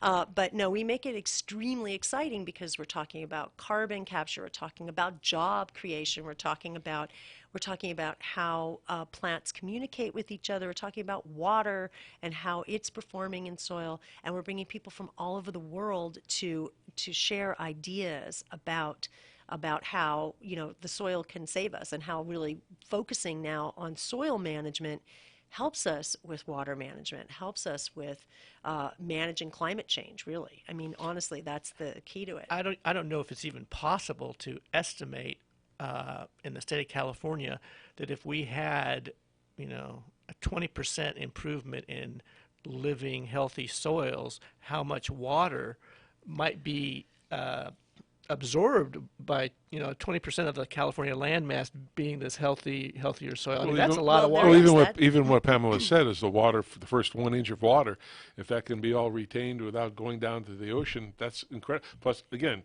you'll save the water. You won't have the flooding. It'll be a wonderful thing. I mean, in a county like Los Angeles, this is the first inch represents billions of gallons of water. And I think, that's just Los Angeles County. And every single property. So if you just think about the quick math, not to turn anybody off or anything, but 1,000 square foot roof generates 600 gallons of water in the first inch, or 1 inch of rain. You only need 150 square feet, 6 inches deep, to hold all that water. And you're not holding it forever. It's not like it's like a plastic storage container. This is a sponge. You're just directing it into 150 square feet, 6 inches deep, like a little depression, right? When we do landscaping, that's not 6 inches is not much, and that just holds the water long enough to allow it to sink in. Right, exactly. So is that it, really, in terms of from a landscape design standpoint? You've got to create some dips and some berms, and basically you just have to think about how much. So it's maybe easier than maybe people think. That's the thing. I think once they see how small the divots are. So here's another idea that we've got to work with water agencies. Instead of having landscape improvement contests that focus on climate appropriate plants, we need to change that to say watershed approach climate appropriate plants, right? Wouldn't that be a great way to start? So we're going to get behind this because it's the right thing to do. You are singing the song. I mean, that I'm is going to tell Sarah you're getting blowing kisses. Oh, yeah. She knows Pam. So, we go back a long way. But so if folks want to learn more about what your company does, where can they go to? Well, our website, greengardensgroup.com, and that's gardens with an S, all written out, greengardensgroup.com, is a great place to start. Also, I encourage you to attend the Urban Soil Summit in Can you August. Sign up for that you or can register online? On Green Gardens Group, but also we have a URL just for the Soil Summit, and that's urbansoil.org. And I want to mention that this is a breakfast to cocktails event. So breakfast, lunch, dinner, all included, really. What's this inoculation party? See, inoculation party. Partake. I know. It's the evening before the summit begins. It's when all the speakers are gathering. And get them drunk and they really tell you what's going on. Yeah, it's libations and hors d'oeuvres with a soil theme. Yeah, and it's like networking, but exactly. It's a watershed approach. Right. Networking. But see, that's what Mycorrhizae do. Yeah. And they're going to give us the real dirt. Exactly. About the damn dams. Truly. No, but it is. So again, that URL for this is something soils. What? Tell me again. Urbansoil.org. Urbansoil.com. .org. I'm sorry, .org. If you do .com, you end up with a music group. Okay. In North Carolina, which I think is awesome. I want them to come and play. What kind of music? Yeah, it's pretty cool music. Music aficionado. But no, this has been fantastic. You know, I think what you've done with focusing on this watershed approach, developing it, expanding it, it just makes so much sense. Are you starting to see any interest from outside of California, or is it? Absolutely. At the Water Smart conference in Las Vegas last year, we did a training for, That's right. I think there were 17 or 20 agencies from outside of California that attended that and got certified. And so we're beginning to license our training outside of California. We'll be there again next year, and we'll be broadcasting from there as well as we did last Let's two have years. you make sure you come and I would love update to. us, I because would we'll know love how to. it went at the urbansoils.org. There you go, urbansoil.org. Great. Well, we appreciate you coming down and spending some time with us and getting to meet your old buddy here. Mike knows such everybody. A pleasure. No, that's a lot of fun, and it's inspiring. Yeah. So thank you very much. Well, appreciate that, and I hope everybody had a great time listening and learned a little bit more. I know I sure did. And join us next week on The Water Zone. We have some great guests coming up. And Mike, anything for the last 30 Just seconds? say, the Water Zone is powered by Toro Irrigation, and we're glad that we have a chance to share some of this great information from folks in the industry. Absolutely. So everybody, remember, have a great week, and most importantly, think blue. And green. And green. And brown.